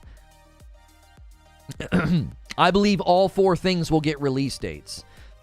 Elder Scrolls Online is just getting a new chapter. The other 3 are new games that I believe we're going to get release dates for. Saying Mojang, like it's an Asian name. Isn't that how Mojang is pronounced? Is it Mojang? Mojang? Mojang? I thought it was pronounced like Mojang, like the tile game. Welcome to Minecraft's official site. Oh, it's Swedish. Oh, I am saying it wrong then. It's Swedish. There's no way they pronounce it like Mojang, the tile game. Am I saying it right? Mojang then? Mojang? Oh yeah, Mojang is with an O. That's right. Or no, I'm sorry. It's Mahjong. Yeah, Mahjong. No, it's Mojang,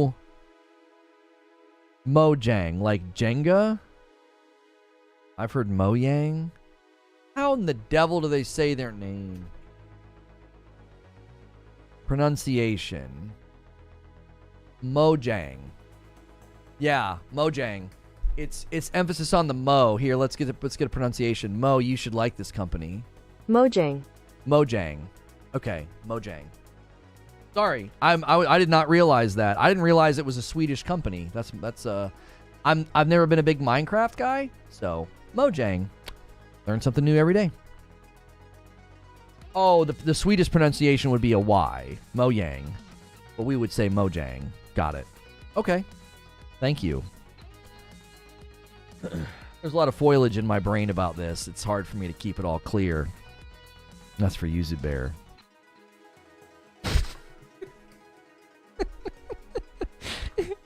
I hope he was looking. I hope he was looking and not like typing or eating a donut. Oh, that was mean. That was mean. Remember when you wanted the opposite of the Key and Peele skill? Key and Peele skit. We just lived it. Also, wow.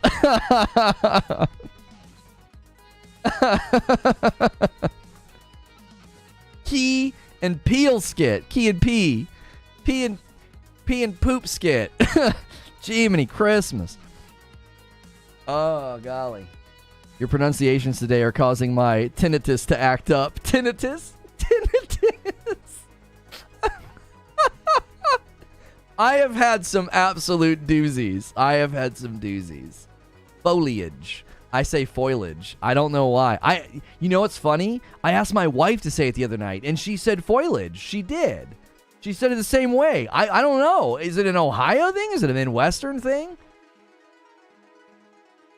Foliage. The GoldenEye announcement. Hang on a minute. Somebody put in the Discord. Mark your calendars. GoldenEye 007 set to launch on Xbox Game Pass on January the 27th. The countdown begins now. Only 2 days so you get to experience Damn with an Xbox controller for the first time. We might actually have to play that. We might actually have to play that on Friday. That'd be fun. Oh, wait. Friday's also something else, isn't it? Dead Space Remake's on Friday. No, I want to play Dead Space Remake. I can point out all the crap. Did the glasses come with those snap-on shades? Yes, they do. Yes, they do. Grimlock, if you go to the Gamer Advantage website, the frames that come with the snap-on, it'll show it in the picture. Now, not all frames come with the snap-on. I believe there are 2 frames that do not.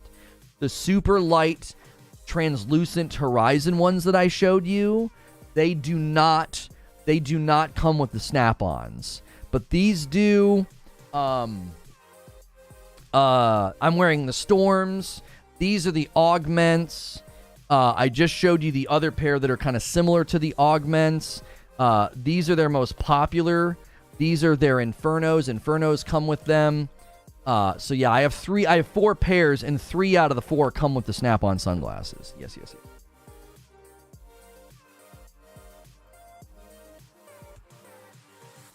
Did you say Ohio instead of Ohio? No, I don't say Ohio. I say Ohio.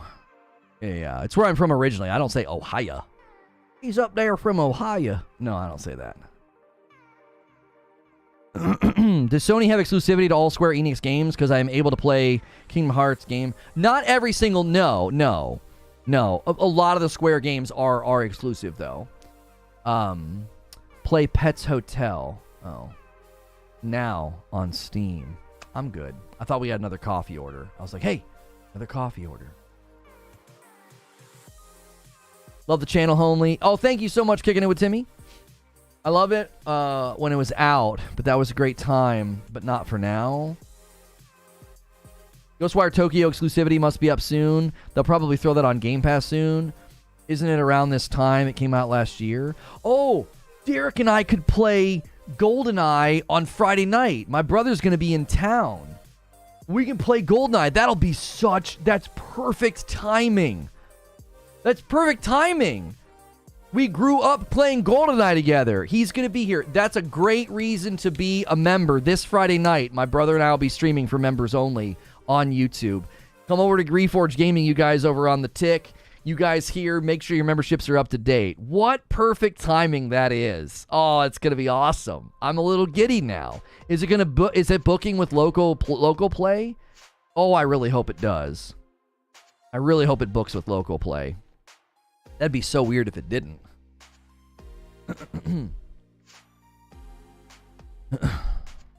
Better have a big announcement for Trash Pass. Why call it that? That's not... Why? Come on.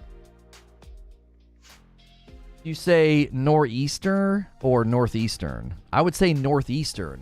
Like, Chronos Hilarious would be a great member show. Should be amazing. Yeah. It has to have local. It doesn't have online. Okay. GoldenEye will just be the campaign. Multiplayer may come later. Oh, really? Well, I guess we could take turns playing and messing with each other. It'll still be nostalgic and fun. What do you hope to see at this Direct, Reforge? What's the bar?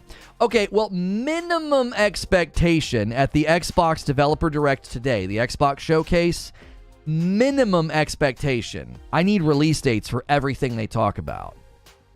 It has 4 local split screen. Just no online multiplayer? I thought GoldenEye had no multiplayer, only single player. Yeah, we're getting conflicting reports now. Getting conflicting reports. We'll have to look into it. Are you going to play Forspoken again today or tomorrow? Listen, I know you guys were really enjoying my playthrough, okay? And I think there's possibly room for segments like that on this channel. Basically me doing like Mystery Science Theater. Everybody, I got so many positive comments and remarks, and people were clipping funny moments from my Forspoken playthrough. I think the dilemma is that always runs out of gas. Like, I can only do that for so long before my real irritation comes out. My real frustration comes out. So I have no problem periodically playing a bad game for an hour and making fun of it if you guys, if that gets support, right? If that gets supported. But, right here, Paul says, including local multiplayer mode, allowing up to 4 players to take to the couch and battle outwits of skill. So in the press release, it's official that it has local multiplayer. Thank you, Paul. Xbox only has local play. Switch will have online modes. Okay. Did you forget your brother comes in? No, I had forgotten about Friday. This looks adorable. Elements. Beautiful third-person open-world adventure RPG about 2 siblings fulfilling their destiny. I feel like I wish-listed this already. Yeah, it's already on my wish list. Yep. Thank you to everybody who has hit subscribe on YouTube. You have gotten us a little bit closer to 25,000 subscribers. We're at 24.3 now. That is amazing. We are cruising to 25,000. Thank you for almost 4,000 likes over on the Tick. Illinois, the S is silent, FYI. It is. Just like the S in Deers is silent.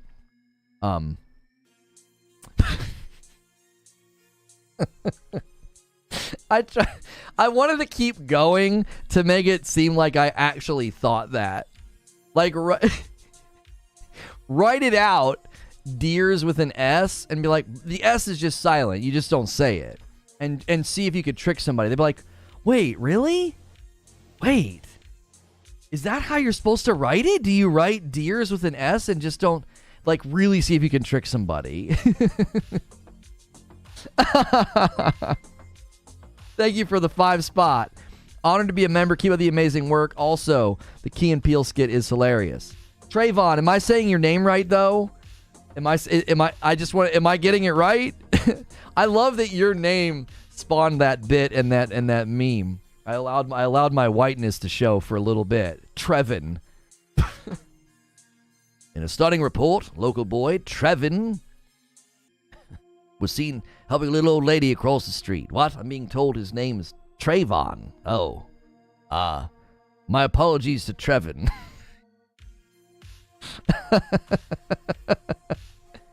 Yes, you're saying it correctly. Your whiteness always shows. Messes with the white balance. No, it doesn't. We figured out how to fix that, Abe. We figured out how to fix it. It doesn't. It doesn't. It used to do that too. It'd be like real bright. And I'd be like looking extra pale, and then and it would go back down to where it is now, where I look mildly pale. Lono, that telling off you gave earlier had my shoe on grab. My shoes on grab, my bag, and ready for school. That's right. That's right. His whiteness always shows unless he's yelling at chat, then he's red. That's right. That's right. I got real fired up earlier. Oh, golly. Lono's camera makes him Casper. I'm a light-complected guy. What do you want me to do about it? Abe. I was a little nervous after I made the joke yesterday where she jumps over the fence in Forspoken and she spooked the guy. And he was like, oh no, a black woman. I honestly was like, should I have made that joke? And I was like, it's a good joke. I think it's a good joke. I don't think it's bad. I don't think it's cancel. Well, anything is cancelable now if you wait long enough, I guess. I guess that clip in 3 years, I'll be done. Start the clock. Chronological snobbery will take effect on this joke in approximately 3 years. SDO with a 2-spot. Redfall and Forza release date later, please. We're hoping.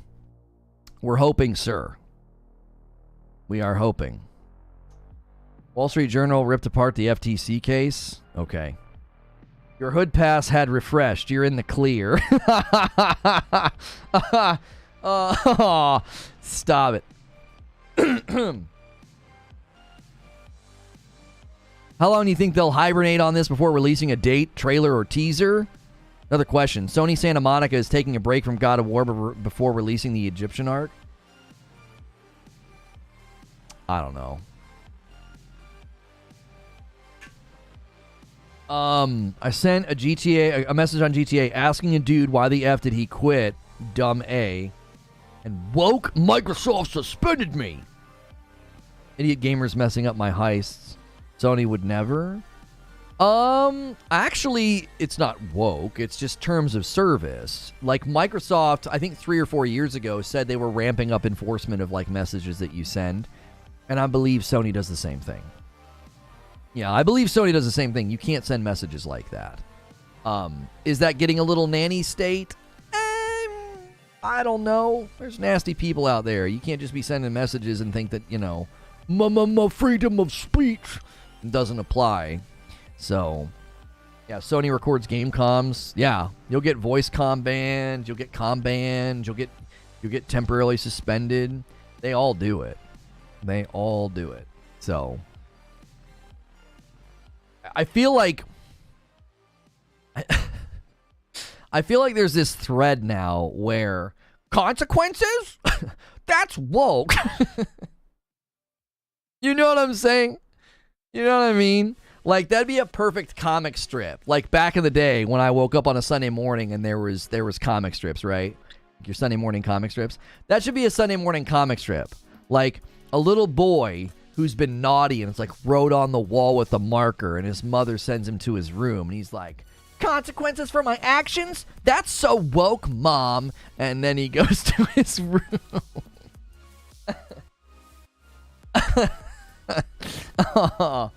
I can't believe it.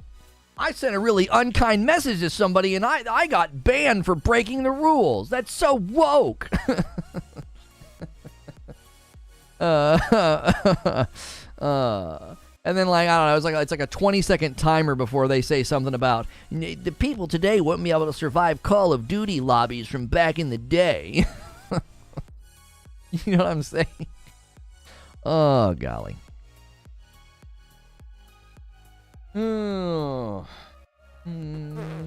Why do I get blamed for the things that I do? That's right, Dan. That's right. That's why it's so overused. It really is. It really is. There are definitely people that go full W, right? They go all the way down, you know, that path. But we can't even use the word anymore. You know what I'm saying? It was like, there were terms of service that I agreed to, and when I broke those rules, I suffered consequences. This is woke. Like, no, it's not. You're not allowed to do that. It's their platform.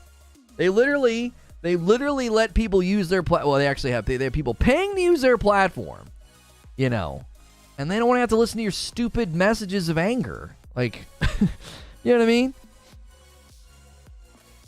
Standby mode. Well, yeah. The standby thing was stupid. That's just false headlines. The funny part, Microsoft and this hijacked the term, used it. Yeah. I don't want to get into that. I'm staying at 30,000 feet and laughing. I don't want to get into like an actual sociological or etymological study of the word and the term and where it derived from and what its cultural, you know, what is it culturally derived from, and, you know, how is it being used now as an idiom within, you know, the vernacular of public speech. I don't really feel like doing that. I'm just laughing at someone getting banned for sending a mean message and being like, this is, well, wait, what just happened to our viewership? Aw, we dropped frames, which means viewership's gonna fake spike. I was like, what just happened? An extra 100 people? Huh? Yeah, sorry about that. We dropped frames quickly. my computer downloaded something very fast, probably a background application or Microsoft or something. So, Mom, Lono's using big words again. Yeah, I am. Sorry. You should have been there for members yesterday. We talked about epistemology and metaphysics. It was thrilling. What's your opinion on Callisto Protocol? It's beautiful, and that's where my praise stops. It's just not a very good game. I still have people getting up my nose on my Dead Space remake short, talking about, can you believe this guy mentioned Callisto Protocol? Yes, because graphically speaking, Callisto Protocol stomps the granny out of Dead Space remake. Like, it's not even remotely, they're not even the same ballpark of graphical fidelity. That can be true, while it's also true that Callisto Protocol is not a very, very good game, right? You know what I mean? First of all, you're throwing too many big words at me, and because I don't understand them, I'm going to take it as disrespect. Yeah, you missed some epistemology. I didn't drop this one on them, Zubair. I didn't say that epistemology presupposes metaphysics and that metaphysics presupposes epistemology. I didn't do that. I didn't drop that on them. But we definitely got into it. Yeah, we talked about the Pythagoreans. Yeah, it was fun. Movement is an illusion. Yeah. The day before being non-existent. I know I'm biased, but this tells me that TLU multiplayer games can be big on PC. Yeah. Yeah, day before is just going to self-detonate over the next, however many months. I expected to not like Callisto, says Price Fighter, but I ended up really enjoying it with a few caveats. If they would have changed just a couple of things, I think I would have liked it too. I could not stand the combat. The camera was so frustrating. There were times in the combat where the enemy literally I couldn't see them because of the poor choice of camera use. And then there were times where it just didn't work. You're supposed to hold in a direction to auto-dodge, but you can't dodge them when they grab you.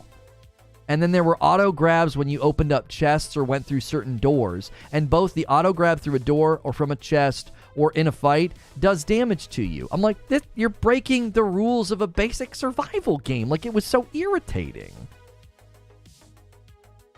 I'm just going to get rid of this guy. Wait, I can add people. What is this new thing I can do? I can add a managing moderator or a standard moderator. Interesting. I have 2 levels of moderator now. When did they roll that out? What's a managing moderator? I want to speak to your managing moderator, please. Huh? I think they can make changes. There was some text box in my chat this morning that said that there was something new with moderators and they could change settings and allow words. And I was like, what the, huh? Mobile chat changes too. Top messages, all messages. Oh, show most messages with potential spam removed. All messages. Show every message including potential spam. So now they're going with top and all instead of top and live. Well, at least that makes sense as phrases go. Limitless Gaming with a $5 super chat tip. I know you said it's only a slim chance, but I'm hoping for today a date for the Bethesda showcase. Had nightmares about it last night. Well, I mean, you know, don't drink before bed. You shouldn't be having nightmares about a showcase, man. A little too serious. Desktop, it's still top and live. Okay, yeah. Well, that's good. That's good. That means they're making UI and infrastructure changes for live streams, which is what we need. We need way better chat experiences. A 10 spot from Detective Seeds. I could be the outlier, but I'm kind of disappointed by only 4 games in this show, one being ESO. I might sound selfish, but no releases last year. Should have more show to impress me. Well, here's the thing, Detective Seeds. I want to defend Microsoft a little bit here. They called this thing a developer direct. They're not even calling it a showcase. And sadly, if you go to YouTube and you search, everybody's referring to it as an Xbox showcase. There's a big difference between a showcase and a developer direct. A developer direct is just developers talking about their games, which is supposed to be a lot more low-key, you know, a lot more informational, a lot more basic. Also, I think it makes sense to start doing this in January to cover the first half of the year, and then you can do your big showcase in June to cover the rest of the year as well as, you know, the following year. Does that make sense? Like, that's a good cadence, I think. I feel like that's a good cadence, personally. The day before is delayed. Or is it fake? Both statements are true. It's delayed, and it's also as fake as fake gets. I couldn't think of a good thing this morning for my short. I was trying to think of something incredibly fake. I was going to say something about Milli Vanilli, but I would be like, nobody that watches this short's going to know who that is. That's true. I can roll with that defense. I just wanted more of an update. Wanting more information is legitimate. It is. Expecting it when they've made it clear you won't get it, I don't think that's, you know what I'm saying? Wanting more is a completely legitimate desire. Desires cannot be the dictation of expectation. It's a dangerous road. Blame it on the rain, that's right. I see some Decay 3 gameplay. Haven't seen much besides the launch announcement trailer. Has the Unreal Engine 5.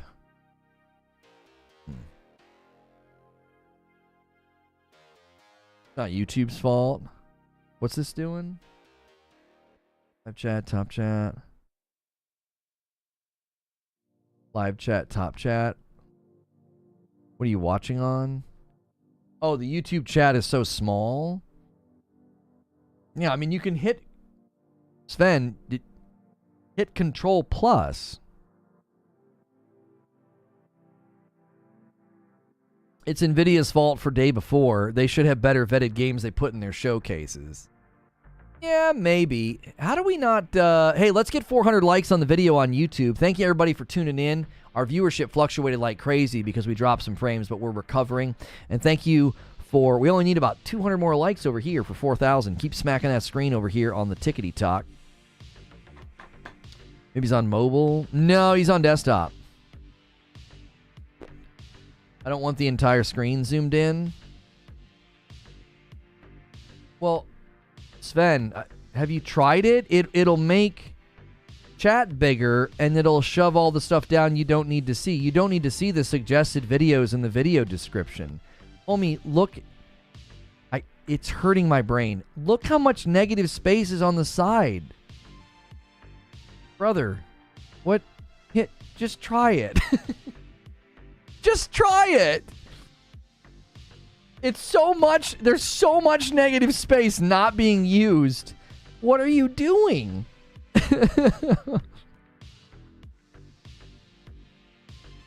Goldilocks of chat windows. This chat window's too big. This one's too small. This one's just right. You can also pop out chat. Well, yeah, I pop out chat, but that's because I've got multiple monitors, and that's how I have to do it. Nightmares about game details in Starfield is real. You're a content creator, so it's your job to be realistic and take info with a pinch of salt. For us gamers, we need info now. Oh, I got news for you, homie. I want the info now. Bro, the entire thing zoomed in after pressing Control Plus. Yeah, but look how good that looks. Your whole browser is now filled. You have me, and then you have chat. How is that not preferable? I'm really confused. Call 877-RAGE now. That's so much better. That's how it should look. Yeah, that looks great, Sven. What are you talking about? Why are you wasting all that screen capital on nothing? Or you could use theater mode. That's true, too. Try to use theater mode. Pop out the chat. Scale of the chat and the font and the text is still the same. Oh, I see what you're saying, Sven. Give me Twitch's chat box. I would love it if we emulated more of what they have over there. The monetization, the chat, the admin, the management, the moderation, all of it. Yo, what's good, Brown? Excellence, how are you? So they're wanting us to wait until the Summer Games Fest to show anything super huge. I'm not saying that they said that. I don't want to put words in their mouth. I was speculating on the cadence, Malty.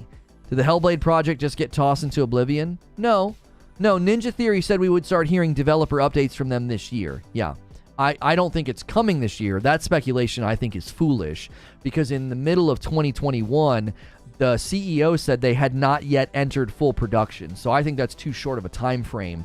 I think we'll get a bunch of updates from them this year. They'll be a big part of the showcase in the summer with a 2024 release date. That's my prediction about Hellblade 2. When is the showcase? The Xbox showcase today, the Xbox Developer Direct, is at 3 p.m. Eastern. We will be watching it together. Left-click the desktop, select personal, then change scale. Yeah, you can do that too. You can do that too. Just think of the directs for big games and deals and also the major ones, so more shows. Yeah, I don't know how many of these they're going to do, Mo. Since they're calling it a developer direct, they could do these every other month. You could do one in March, and then May, and then June would be the big dog, the big showcase. You know. 3.5 hours from now. Yeah. If you want to watch it with us, we'll be watching it together. But those of you over here on the other place, on the mobile, the TikTok. You'd have to come over to YouTube if you want to watch with us. YouTube does not like when I say that brand's name, so I always come up with creative ways to say it. I need to sit my fluffy butt down and play Hellblade. You do. Personally, I'd rather not hear from devs until there's something to actually show beyond the title and the CG short film. Well, right now, next you wish, the 4 games we're going to hear about should all have release dates within the next 5 months. So I think that's a perfectly good time to talk to us. What we're about to see today is quite literally what I've been asking for. Don't really say anything until you're within the time frame and the window of the release date. That's what I'm all about. Sometimes I feel they talk too much. Just show me gameplay and give me a release date. I tend to agree. Go with a more simplistic marketing approach. Yes. Can't wait to see the new Doom project. Yeah, I don't know when we're going to see that. Not today, for sure. Jesse with a $2 tip through Super Chat. Just got in. What did I miss? I'll give you a summary. Thank you guys so much for a huge day. 3 coffee orders, 25 members. Have we gotten any subscribers over here? No. We've only gotten 12 subscribers over there on the tick. If you guys want to be one of the subscribers over there, you can hit the star button at the top of the screen. Supports me directly. You get a badge. You get emojis. So thank you, everybody who has provided direct support today for the channel and for what we do here. You will notice we've been streaming for now 2 hours. I've not run a single advertisement, and we're able to do that because of the support that we get from members and coffee orders. If you want to become a member today, I would appreciate that greatly. On YouTube, hit the $sign at the bottom of the chat or the join button. You may be asking yourself, why would I become a member on YouTube? I can just watch. Don't the ads take care of the YouTuber? Not for live streamers, especially not one my size. We're nearing 25,000 subs. So if you enjoy this show on the regular and $5 a month is something you can do, you get into my Discord and all my extra content. So let me give you a summary of my show open. So the Xbox Showcase, they're calling it the Xbox Developer Direct, and you should really gear your mind toward that being what it's about. It's not like a big giant showcase. The executive from Xbox, his name is Aaron Greenburg, he took to Twitter last night to re-emphasize that the 4 teams and the 4 games that will be there, no more, no less, all right? Elder Scrolls Online will be talking about a new chapter in their game. When the Developer Direct is over, there will be a separate Elder Scrolls Online stream talking about that new chapter. We won't be watching the Elder Scrolls Online thing, but we will watch the Xbox Developer Direct together. So make sure you're subscribed on YouTube with notifications turned on. If you're watching over there on the tick, you can come over and watch later when we do that. If you're a member, you can continue hanging out with us even when I take my lunch break. You get that behind-the-scenes look. So after the Elder Scrolls Online, that's just a new chapter. 3 new games coming this year that will likely come with release dates. Minecraft Legends, Forza Motorsport, and Redfall. That's the 4 things you're going to hear about. Now, I have a very slim hope and desire to hear a Starfield showcase release date. I don't expect to hear anything about Starfield. Starfield will not be there. But at the end of the showcase, it's my contention that they should be doing and giving a Starfield showcase date. That's my argument. I think they should. It makes sense that they ought to.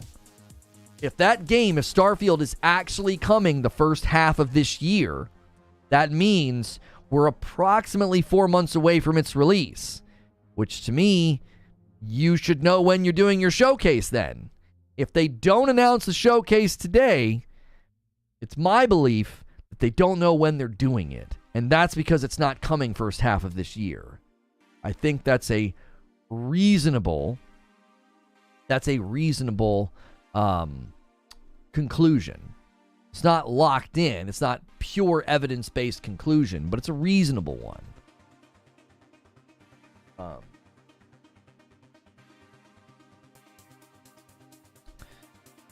Jumping and dashing in different weapon mods. I still can't believe Doom Eternal lost Game of the Year because the guy judging it couldn't grasp the concept of jumping and dashing. That's why it didn't win? I don't think that's the only reason. You know the entire industry weighs in, right, on Game Awards?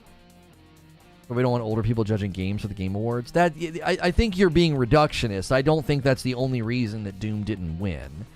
The entire gaming press and review outlets, they all weigh in on the Game Awards. They all do.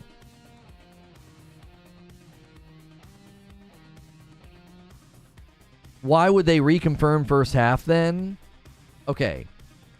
When does it start? 3 p.m. Eastern, which is roughly 3.5 hours from now. So wherever you are in the world, you can look at your clock, add 3.5 hours. Love the content, thank you.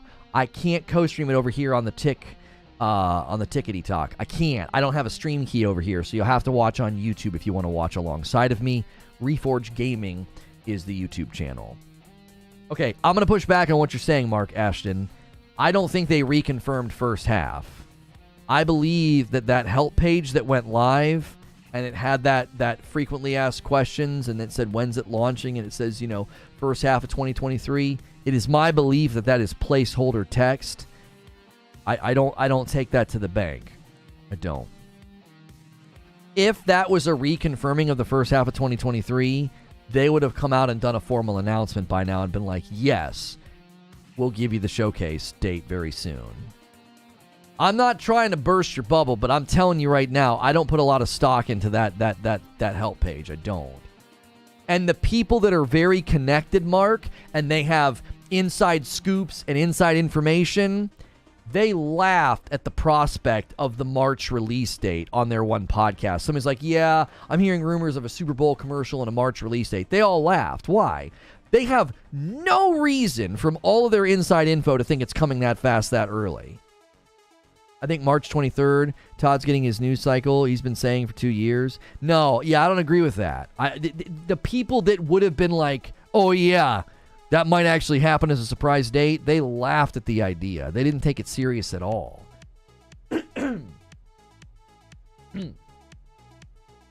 Ready for Dead Space Friday? Yeah.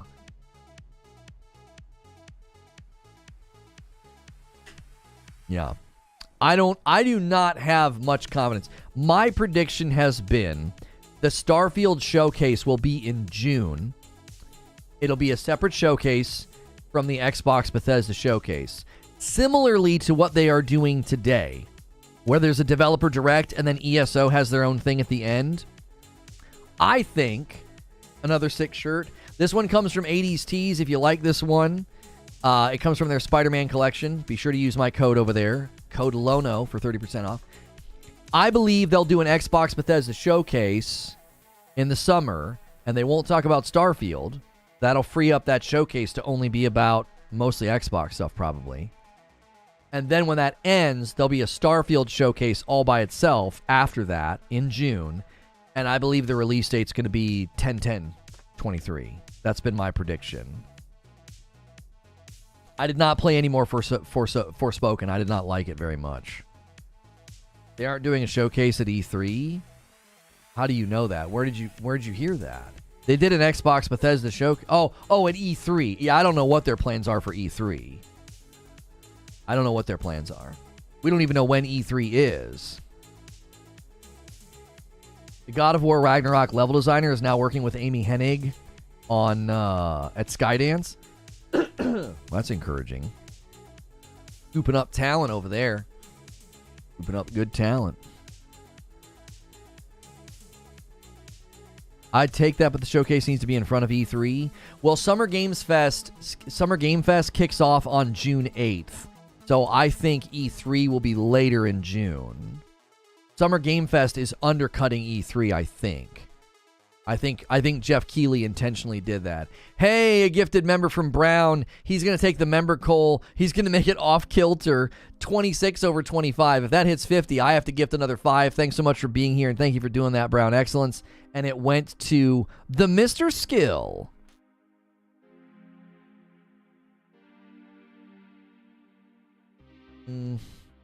You see that Jez now thinks it's more likely to ship first half of the year? Wait, Jez has changed his position? Based on what? What did he hear? Jesse with a $5 super chat tip on YouTube. In your opinion, what do you think the best game of the Direct is going to be?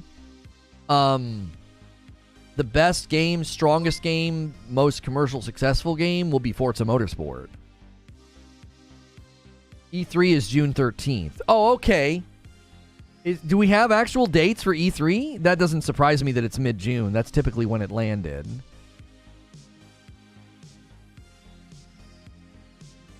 On a recent podcast, he says he thinks first half. What made him change his tune? Sorry, are they going to show any Hellblade stuff today? No, they will not. He says it's emotional. He's just hearing so many good things. On the last Xbox 2, he changed his mind. Interesting. One of the pieces of my argumentation was Jez and Rand and other insiders being like, no way. They laughed at the prospect.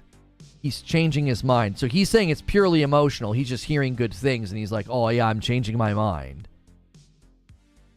It sounds like he's getting like, he's doubting himself. He's like, oh, I'm hearing really good things. Maybe it actually is coming first half. You said that yesterday? I didn't see that. Didn't really apply to our topic yesterday, did it? What were we talking about? Starfield 6/20/23 confirmed? No.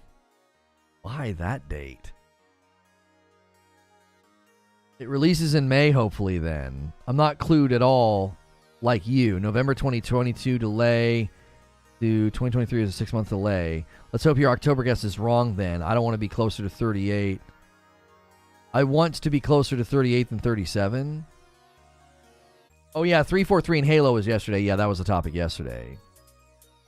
No, not the Jez Viking. Another Jez Corden, who writes for Windows Central, and he's on a podcast, couple podcasts about Xbox.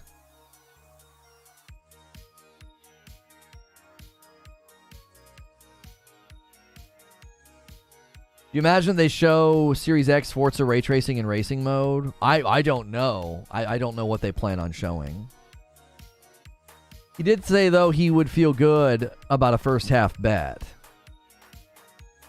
What's up with all the speculation on this direct? They laid it out pretty clear on what's happening today, did they not? Well, I mean, my thumbnail says showcase expectation, so that's kind of what we're discussing. What do you expect? What do you hope to see?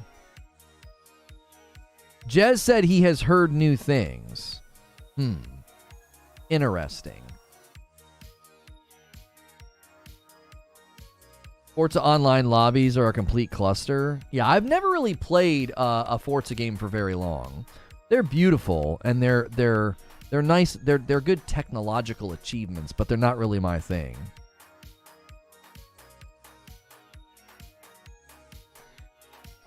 How do I gift members? You click the $sign at the bottom of chat. If you can't gift members by clicking the $sign at the bottom of the chat, you may have to switch to a browser instead of whatever mobile app you're using. So, will you shave your beard off if Starfield comes in the first half? No. I don't do things to my hair or body. I don't do that kind of stuff. I'll honestly be excited if it comes first half. Like, I'm looking forward to it. Yo, Lone Wolf gifted a member, taking us to 27. It's a good day to gift members. This is a good community. It's a good group of people. Lot of names in chat that are here and contributing to the conversation, being super positive. My man Jesse got a membership. Been tipping all morning through Super Chat, and it came back around. You got a membership, Jesse. What do I want to see from the direct? Okay, so these are my Hail Mary wishes. These are like my Hail Mary wishes that are unlikely that it's unlikely that I get them. Right? The Xbox Developer Direct is at 3 p.m. Eastern. That is in about 3 hours and 19 minutes. Glad I found you. Thank you. Are you from the Destiny days? Is that why you're saying that? Anyway.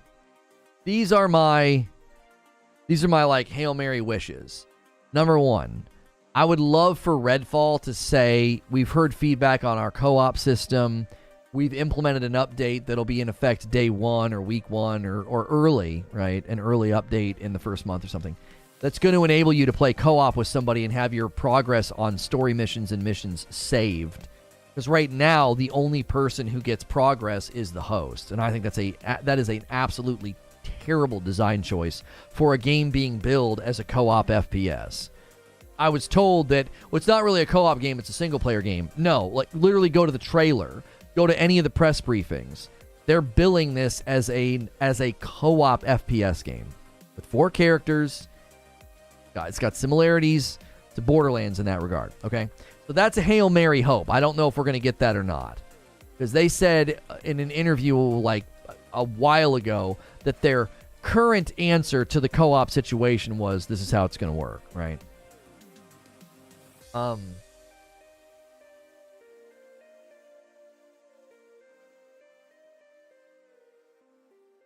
The day before's lead Discord mod earlier announced the upcoming gameplay reveal has said they now wonder if the game is real. They also confirmed that the mod team have not seen any gameplay. Shocking. What a shocking development. My other Hail Mary hope for this Xbox Developer Direct, this Xbox Showcase, is a Starfield Showcase release date. Yeah. So, I know I'm probably not going to get either of those things. So, I'm not saying that I want those things based off of anything that Microsoft has said. They've not set that expectation. That's a hope that I have based purely on my own self-interest and desires, right? Any more Hogwarts Legacy info? A bunch of new footage came out today, and we will likely be covering that tomorrow at some point.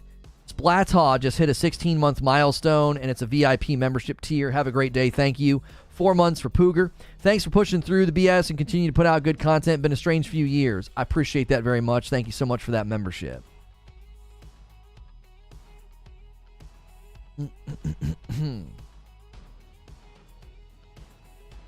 How much info do we need? There's a plethora of gameplay footage, and it launches next month. I just think people are excited and want to see more. That's common. You know? That's common. There was some footage that I saw today on Twitter. You can swim in the game. You can swim in Hogwarts. Just jump in the water and swim around.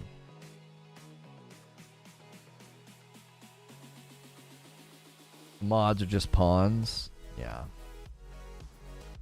Hogwarts stuff looks really encouraging. Ain't no fishing though. Ah, you really need to fish in a Wizarding World game and a Harry Potter game? Come on. So we will likely be breaking that down and covering that tomorrow. We will likely also be covering the day before at some point tomorrow in an upload or a live stream. We've got a lot of things going on. We got a lot of channels that you can support. This channel's all about the live content as well as uploads. And then we have the Reforge Rundown that's all about, you know, either quicker uploads or shorts or things that just don't fit here. And then we have the Reforge Dungeon for all things Diablo. So 3 different channels you can subscribe to. This is obviously the main hub here at Reforge Gaming, where we do the live shows every day and have our member base. Off topic, apparently it was removed. Not apparently. It was. It is not there. That game is as fake as... I can't think of anything that just doesn't sound mean. Day before post had such an MLM scam feel to it. Day before isn't even hidden, it's purged. Yeah, it's gone. It's gone. It's gone. They also did have the trademark. Oh, so they're lying about the trademark. They've had the trademark since January of 2022? Well, but look though. There's earlier ones. So did those earlier ones expire, Paul? Because there's one there I'm seeing for May that's not them, and then I'm seeing another one for April of 2009. Did those expire and fall off? You can share the same name? Really? A $3 bill? Yeah, that saying is usually not polite. That's usually something else that people say. If it gets delayed again, you know it's going to be a crappy game. What do you mean if it gets delayed again? It was delayed again. It was delayed till November of this year. They claim it's about a trademark issue. If you need any more proof that they are liars, I don't know what more would convince people. They're liars. They're not telling the truth. It's a fake game. They've been lying to the public. I hope they suffer real, actual, genuine consequences for it. I have a disdain for people who mislead the public. A disdain. They're like people that mislead the public are worthy of the harshest of consequences. What are we talking about today? The Xbox Developer Direct, the Xbox Showcase that goes live in about 3 hours. We will be co-streaming it on YouTube on my Reforge Gaming channel. We've been covering our expectations, our hopes, and desires this morning about it. What game? Why would anybody make a fake game? Trick investors? Promote other software? I don't know. It's the investors who lost money. Do you think any of the 4 will admit that their games will be impacted by Series S, or will all be positive hype building? Why would they admit that in a showcase, Mike? I don't. That wouldn't make much sense. That wouldn't make much sense. The irony here is that you're now getting a sense of what it's like to be in an NFT's project Discord. Is this a rug? Yo, what's good, Lazaro? How are you? Any leaf blow in Hogwarts? Leaf blow! I don't think so. Yeah, I don't think so.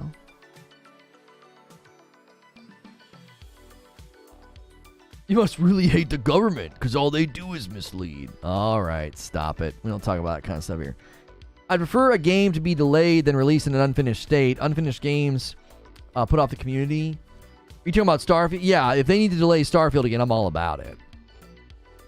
Lono triggers twice in one day. Go easy, chat. That's right. The day before trademark is currently listed in the trademark database as a filing of Jan 27 last year to an office in Singapore. The critic is complaining about how combat got too overwhelming and the story was mostly left up to codex pages. Okay, but one single critic did not lampoon Doom getting Game of the Year. You're still on that. That's just so, again, man, that's reductionist. You know how many people, how many outlets, how many critics, how many reviews weigh in on a Game of the Year nomination and subsequent victory? One person can't lampoon it. It's not possible. Lono, are you going to be picking up Hogwarts? Yes. Also, a lot of people got access to Hogwarts last night and have uploaded some content showcasing combat. Yes, I saw that. We'll be likely covering that new footage tomorrow. I will be playing it. I'm not beholden to all of the idiots on Twitter. What game did beat Doom? Last of Us 2? Yeah, homie, Doom was in contention the same year Last of Us 2 came out and Ghost of Tsushima. Like, come on, that's not why Doom lost. Like, that's not why Doom lost. Like, I played Doom Eternal. I played Doom Eternal, and I played Ghost of Tsushima. And I would say if The Last of Us 2 hadn't launched, Ghost of Tsushima stomps all over Doom Eternal. It stomps all over it. Brand new IP, offers way more, a far more robust experience, a far more holistic game. A new IP, like that's a huge uptick, in my opinion, for estimation of quality and whether or not it deserves Game of the Year. Like, sorry, I don't think Doom stood a chance that year.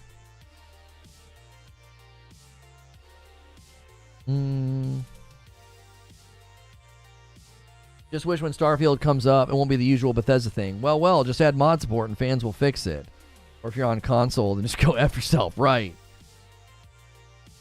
Yeah, that year, Doom went up against Last of Us Part 2, Animal Crossing New Horizons, Final Fantasy VII Remake, Hades, and Ghost of Tsushima. Doom didn't stand a chance. It didn't stand a chance that year, bro. Just Ghost of Tsushima and The Last of Us Part 2 being up there is a daunting task to overcome. Because Doom Eternal is basically what we experienced in Doom, because this is the second Doom in that new gen, next gen, modern vibe, and it was more Doom. I loved it until the Marauders showed up, but it wasn't a Game of the Year. Yeah, and I have not played Last of Us Part 2, but my argument has always been that a sequel should have to do an absolute jump through Ring of Fire feat to win Game of the Year over a brand new IP. I think new IP should have a significant leg up in the contest. Now, I haven't played Last of Us Part 2. I've been told that The Last of Us Part 2 does that. It's a huge uptick in performance and gameplay and combat and storytelling and da-da-da-da-da-da. Okay, fine. I'm a Ghost of Tsushima fanboy, so my bias shows whenever this comes up. Jesse with the $5 super chat tip. Didn't Last of Us 2 get Game of the Year while being super controversial? Yeah, but being controversial or making decisions in the story that were disliked doesn't mean it doesn't deserve Game of the Year. I wonder if the day before disappeared because its trademark is about to expire due to failure to deliver evidence of use respective to the trademark filing classification. So they're not going to get their trademark because they have no game. Gameplay barely changed from the first game. I have a hard time believing that. You're talking about Doom? If you're talking about Doom, then I agree with you. There weren't significant changes from Doom to Doom Eternal. There weren't. There were significant changes from The Last of Us to Last of Us 2. That I will defend. I will. Even as somebody who's not played it. T-Lu 2, no, you're not being accurate. Sorry. That's not opinion. That's not subjective. That is not factual. There are big differences between T-Lu 1 and T-Lu 2. That's a fact. That's objective. That's not a subjective opinion. Oh, you're saying not enough. You can have the opinion that they didn't do enough to get Game of the Year, but to say what you originally said, it barely changed. I don't think that that's accurate. You can say, hey, I don't think they did enough to win Game of the Year. That's not the same as saying they barely changed the gameplay. That is a qualitative statement. That might even be a quantitative statement, something that can be measured quantitatively. You said it had to jump through rings. Yeah. It changed enough for you to hate it. When is the Xbox getting a single game? What do you mean? Oh, in the next couple of months, they've got games coming out. Redfall, Forza Motorsport, Minecraft Legends. They're going to get dates today, likely, during the Xbox showcase.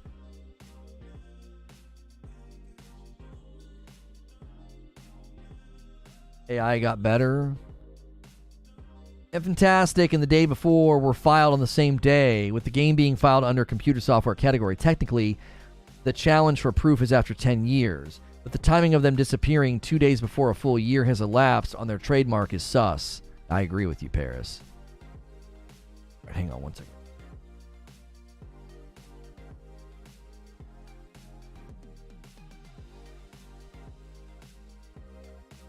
On over there. Stop.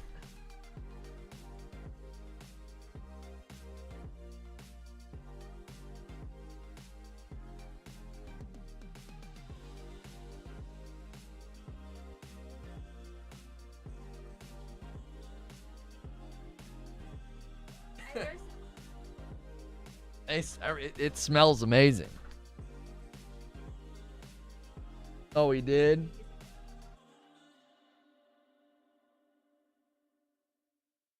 You're welcome.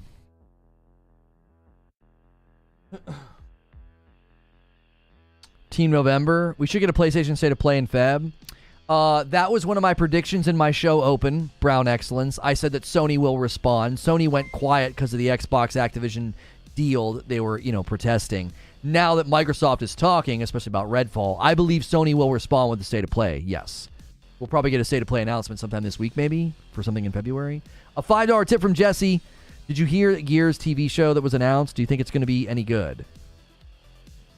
I think they need to take a bunch of notes from the Last of Us TV show. We now have an archetype for how to do a video game TV show, and anybody that falls beneath that will be, I think, judged accordingly. They'll get properly judged. So, the first had outdated gameplay on release. What? Seriously though, the first game had outdated gameplay and the story carried. The second game had a very jumbled story and not enough gameplay tweaks to justify Game of the Year. What? Compared to Red Dead 1 and Red Dead 2, not even the same ballpark gameplay-wise? What a joke. Are you serious, Clark? Okay, first and foremost, you can't invoke Red Dead 2 because it wasn't out yet. When The Last of Us 1 came out, homie, are you actually kidding me? It was highly praised for how ahead of its time it was. You're nuts if you and Red Dead 1, Red Dead 1's combat is not that amazing at all. You're saying Red Dead 1 to Red Dead 2 compare the changes? Dude, Red Dead 2 had horrible combat. It was so dated and clunky. They made virtually no changes to the combat. That was one of the primary criticisms of Red Dead 2, was that Red Dead 2 did almost nothing. It did almost nothing to the combat. What are you talking about?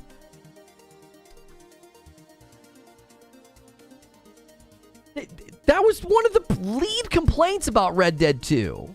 You guys get to see my lunch. But the horse and the hunting and the talking to NPCs? Gameplay, not combat. So a Western where you have guns and you're not including the absolutely dated combat in Red Dead 2. You're not including that in the gameplay. You want to reference the horse, hunting, and talking to NPCs. First and foremost, you're creating false equivalency lines of comparison because you're comparing an open world game that of necessity needed to iterate on those things. They needed to iterate and have better horse riding and better open world environments that were alive and living, like, hunting and things like that. It needs to do those things. That's not what TLU 2 was. TLU 2 is narrative driven. It's not open world. Like that's not a fair comparison. That would be like me looking at Assassin's Creed Origins and citing all the great things they did in the open world, and then using that as an indictment of like Returnal. And what do you mean? They're different types of games. The iteration, evolution, and innovation on those systems in Red Dead 2 are a necessity because it's an open world game. Tlu either had to bring an Unreal story or bring the gameplay up. The second game did neither. Well, the reviews, the outlets, and the awards disagree with you, so they all got it wrong, apparently. Within the timeline of gaming, Tlu 1 was considered revolutionary. It's considered one of the greatest games, like, of that time. It's considered one of the greatest games of that time. Like, and Tlu 2, 58 user score on Metacritic for storytelling, not its gameplay. Wow, I'm so shocked that a social issue caused people to review bomb a game on Metacritic, and you're citing that as evidence in your favor. Get out of here, bro. Get out of here. It got review bombed, bro. Like, I'm not saying whether or not I agree with story decisions in Tlu 2. I'm not having that discussion with you. Tlu 2 got review bombed on Metacritic. That review score is not indicative of the game's quality. It isn't. It's not. I thought they cleaned up review bombs. Metacritic is so unreliable. No, I don't even cite Metacritic anymore. I don't. The only time I cite Metacritic is if we go back far enough before review bombing was popular and you have like a disparity between the critic scores and the user scores. You know what the most reliable review score is now? Steam. Because they're verified purchasers of the game. And you're not going to get review bombs there. Now, plenty of people review bomb Lost Ark because they were getting banned, but that was a response to a problem, and those were people that owned the game that just hadn't been playing it.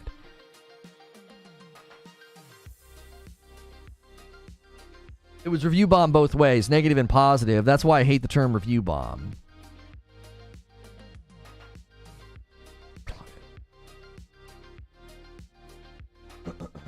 Yeah, on Steam, you can see how much gameplay they have as well. That's exactly right. So if somebody played for 60 minutes, like, this game's trash, you're like, yeah, okay, sure. They killed my favorite character. Yeah, you played for 5 minutes. Shut up.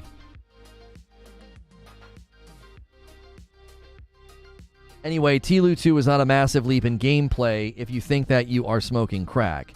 That's such an intellectual argument to state your position and then draw a line in the sand. Anybody who disagrees with me is smoking crack. You would be a champion on a speech and debate team. What a winsome way to argue. I can tell you're really secure in your position as you passively insult anybody who disagrees with you. That's a sign of a very secure position. My sarcasm's dripping, by the way. Best ongoing winner was No Man's Sky. What was that game? Yeah, No Man's Sky is one of the greatest ongoing games in existence. It is. No Man's Sky is quite literally, objectively speaking, this isn't subjective, you could measure the improvements, support, and content adds of that game and then combine that with consumer response. No Man's Sky is one of the greatest ongoing games in existence. A literal Cinderella man. The comeback kid of gaming. No Man's Sky, that's going to be a very quick blip. It will cause audio desync. It will cause follow-up blips. You may have to refresh. If you're like, his voice is messed up, the audio's messed up, you're just going to have to refresh. There will also be follow-up blips. We swapped ingest servers.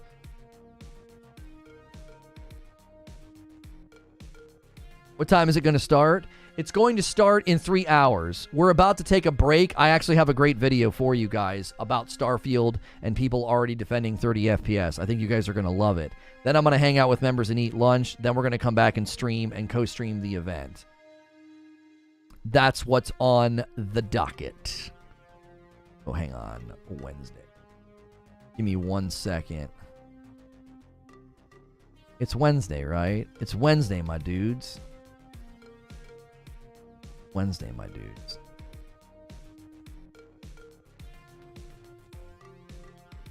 No Man's Sky was crap when it came out, but hey, they fixed it. They did more than fix it. In my opinion, they essentially built a sequel within their game. The state of No Man's Sky right now, it might as well be a sequel. It might as well be called No Man's Sky 2. That's how much the game has improved since the launch. Like, it's not even fair to just refer to it within the context of its updates. It should be referred to within the context of like just how far the game has come. It is an absolute feat of commitment and passion and love what they have done with that game. So yeah, it deserves tons of credit for ongoing support. Yeah, it does. 100%.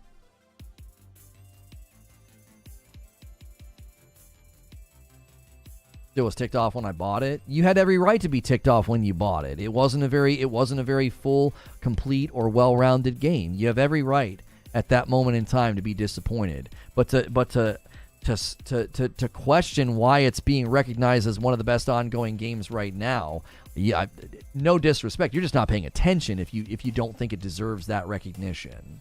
You're not paying attention.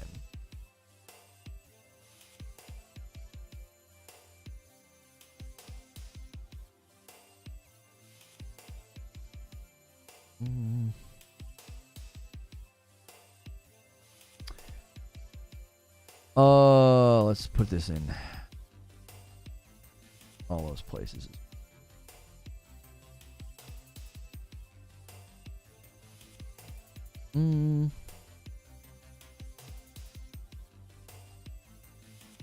So, right now, if you are wanting to watch the Xbox Showcase or the Xbox Developer Direct, you're going to have to do that on Reforge Gaming on YouTube. If you're in the chat right now on YouTube, we're not done. I have a great Starfield video for you. It is me arguing against all of the people who are already defending it if it hits at 30 FPS. After that video is over, it's going to take people into a members-only stream where we can discuss that. If you want to do that, you need to be a member. So consider clicking join right now. I'm going to give you guys 5 minutes if you want to do like a member hostage situation. You want to take a bunch of these people hostage and gift a bunch of members, maybe get us to 50. I'll let you do that to bring a bunch of people with us. There's been great discussions today, a ton of gray names in chat that are well deserving of a badge. They've been awesome. We've been respectful. We've had a great discussion, and then they can hang out with us after the Starfield video. You want to take a hostage? Gift a member. You can take a hostage right now. Gift a member, and they'll come with us. They'll come to the premiere, and then they'll come to the members only. Post discussion. Lono should be the next MCU's Reed Richards. No, I should not. I would like to join. Click the $sign or click the join button and join right now. You can do it, or you can click the link in chat. People are using the join command. It's $5 a month. It gets you a badge. It gets you emotes. It gets you into my Discord. You don't miss out on the behind-the-scenes content like we're going to have today in just a moment. It is a good time. It's well worth the $5, especially if you're here all throughout the week. It's going to start now. When is the show? The Microsoft Xbox Showcase, or the Developer Direct, whatever you want to call it, it is in 3 hours. You can watch it with me, so make sure you're subscribed to the channel. Again, you can continue to hang out with us if you become a member right now. You can hang with us.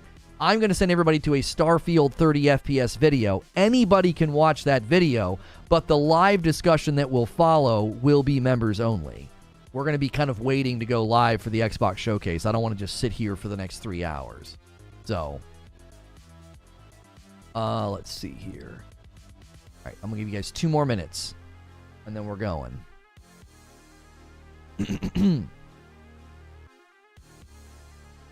here since the D days, says Mike W. Apex. This is the best video game discussion channel, period. Darth Nihilus is going to gift a member, taking us to 28 total for the day. Thank you, Darth Nihilus. It went to Broader, too. That's somebody that is here all of the time. Thank you so much for doing that. You guys are going to do this as a little train. You better hurry. you better hurry, because we are counting down to the next video. Solar Eagle jumping back in as a member and getting a blue badge. Thank you for renewing your membership. Solar Eagle, welcome back in. A brand new member, that's a brand new one. That's not a gifted. You love to see it. Those are my favorite kind right there. Nerdy Engineer, welcome in. Enjoy your dope badge and emotes. You are dope and deserve dope stuff.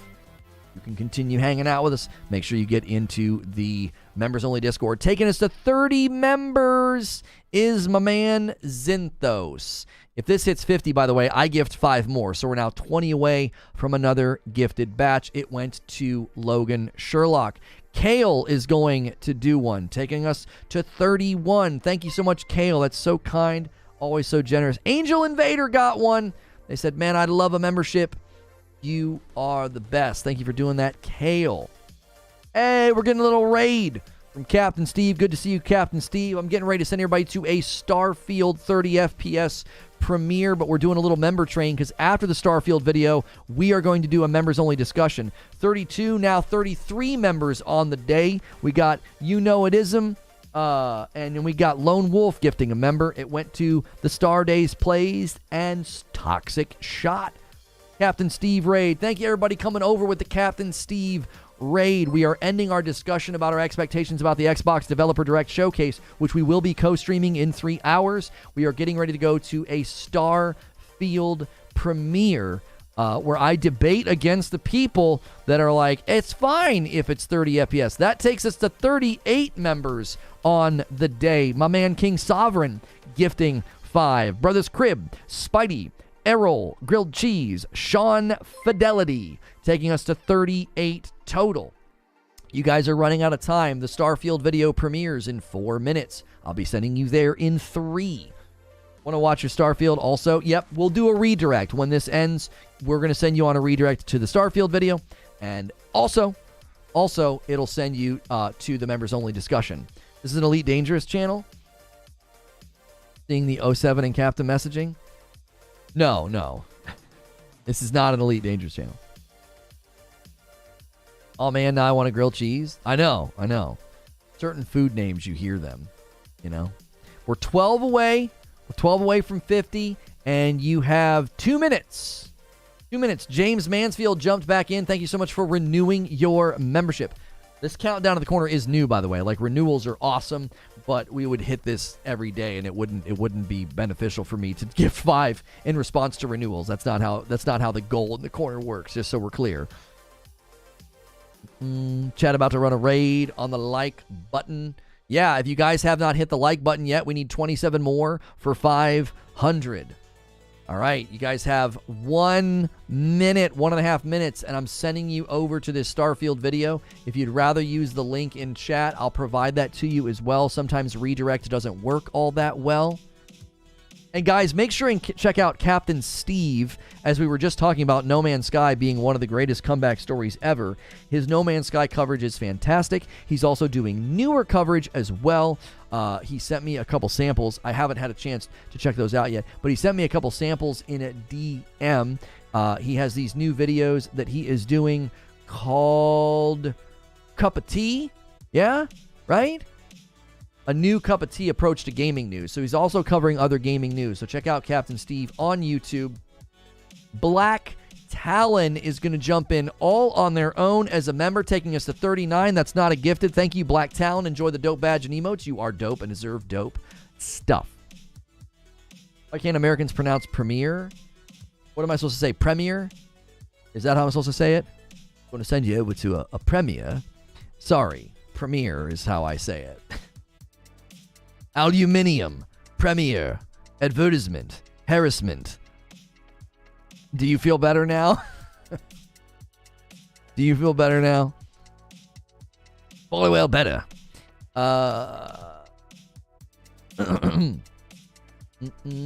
All right, I got to send you guys over. This premiere hits in 60 seconds. We got really close to 50. We can still hit 50 when we come back for the next live show. The next live show is going to be us co-streaming the Xbox Showcase. You can click the link in chat to head over to the premiere of Will Starfield be 30 FPS capped? Will it be? I'm going to argue that it better not be. After that, I'm going to hang out with the members. Then I'll be back for the around 2:30 p.m. Eastern. We'll get started early for the stream of the Xbox Showcase. I'll see you guys over there in the Starfield premiere.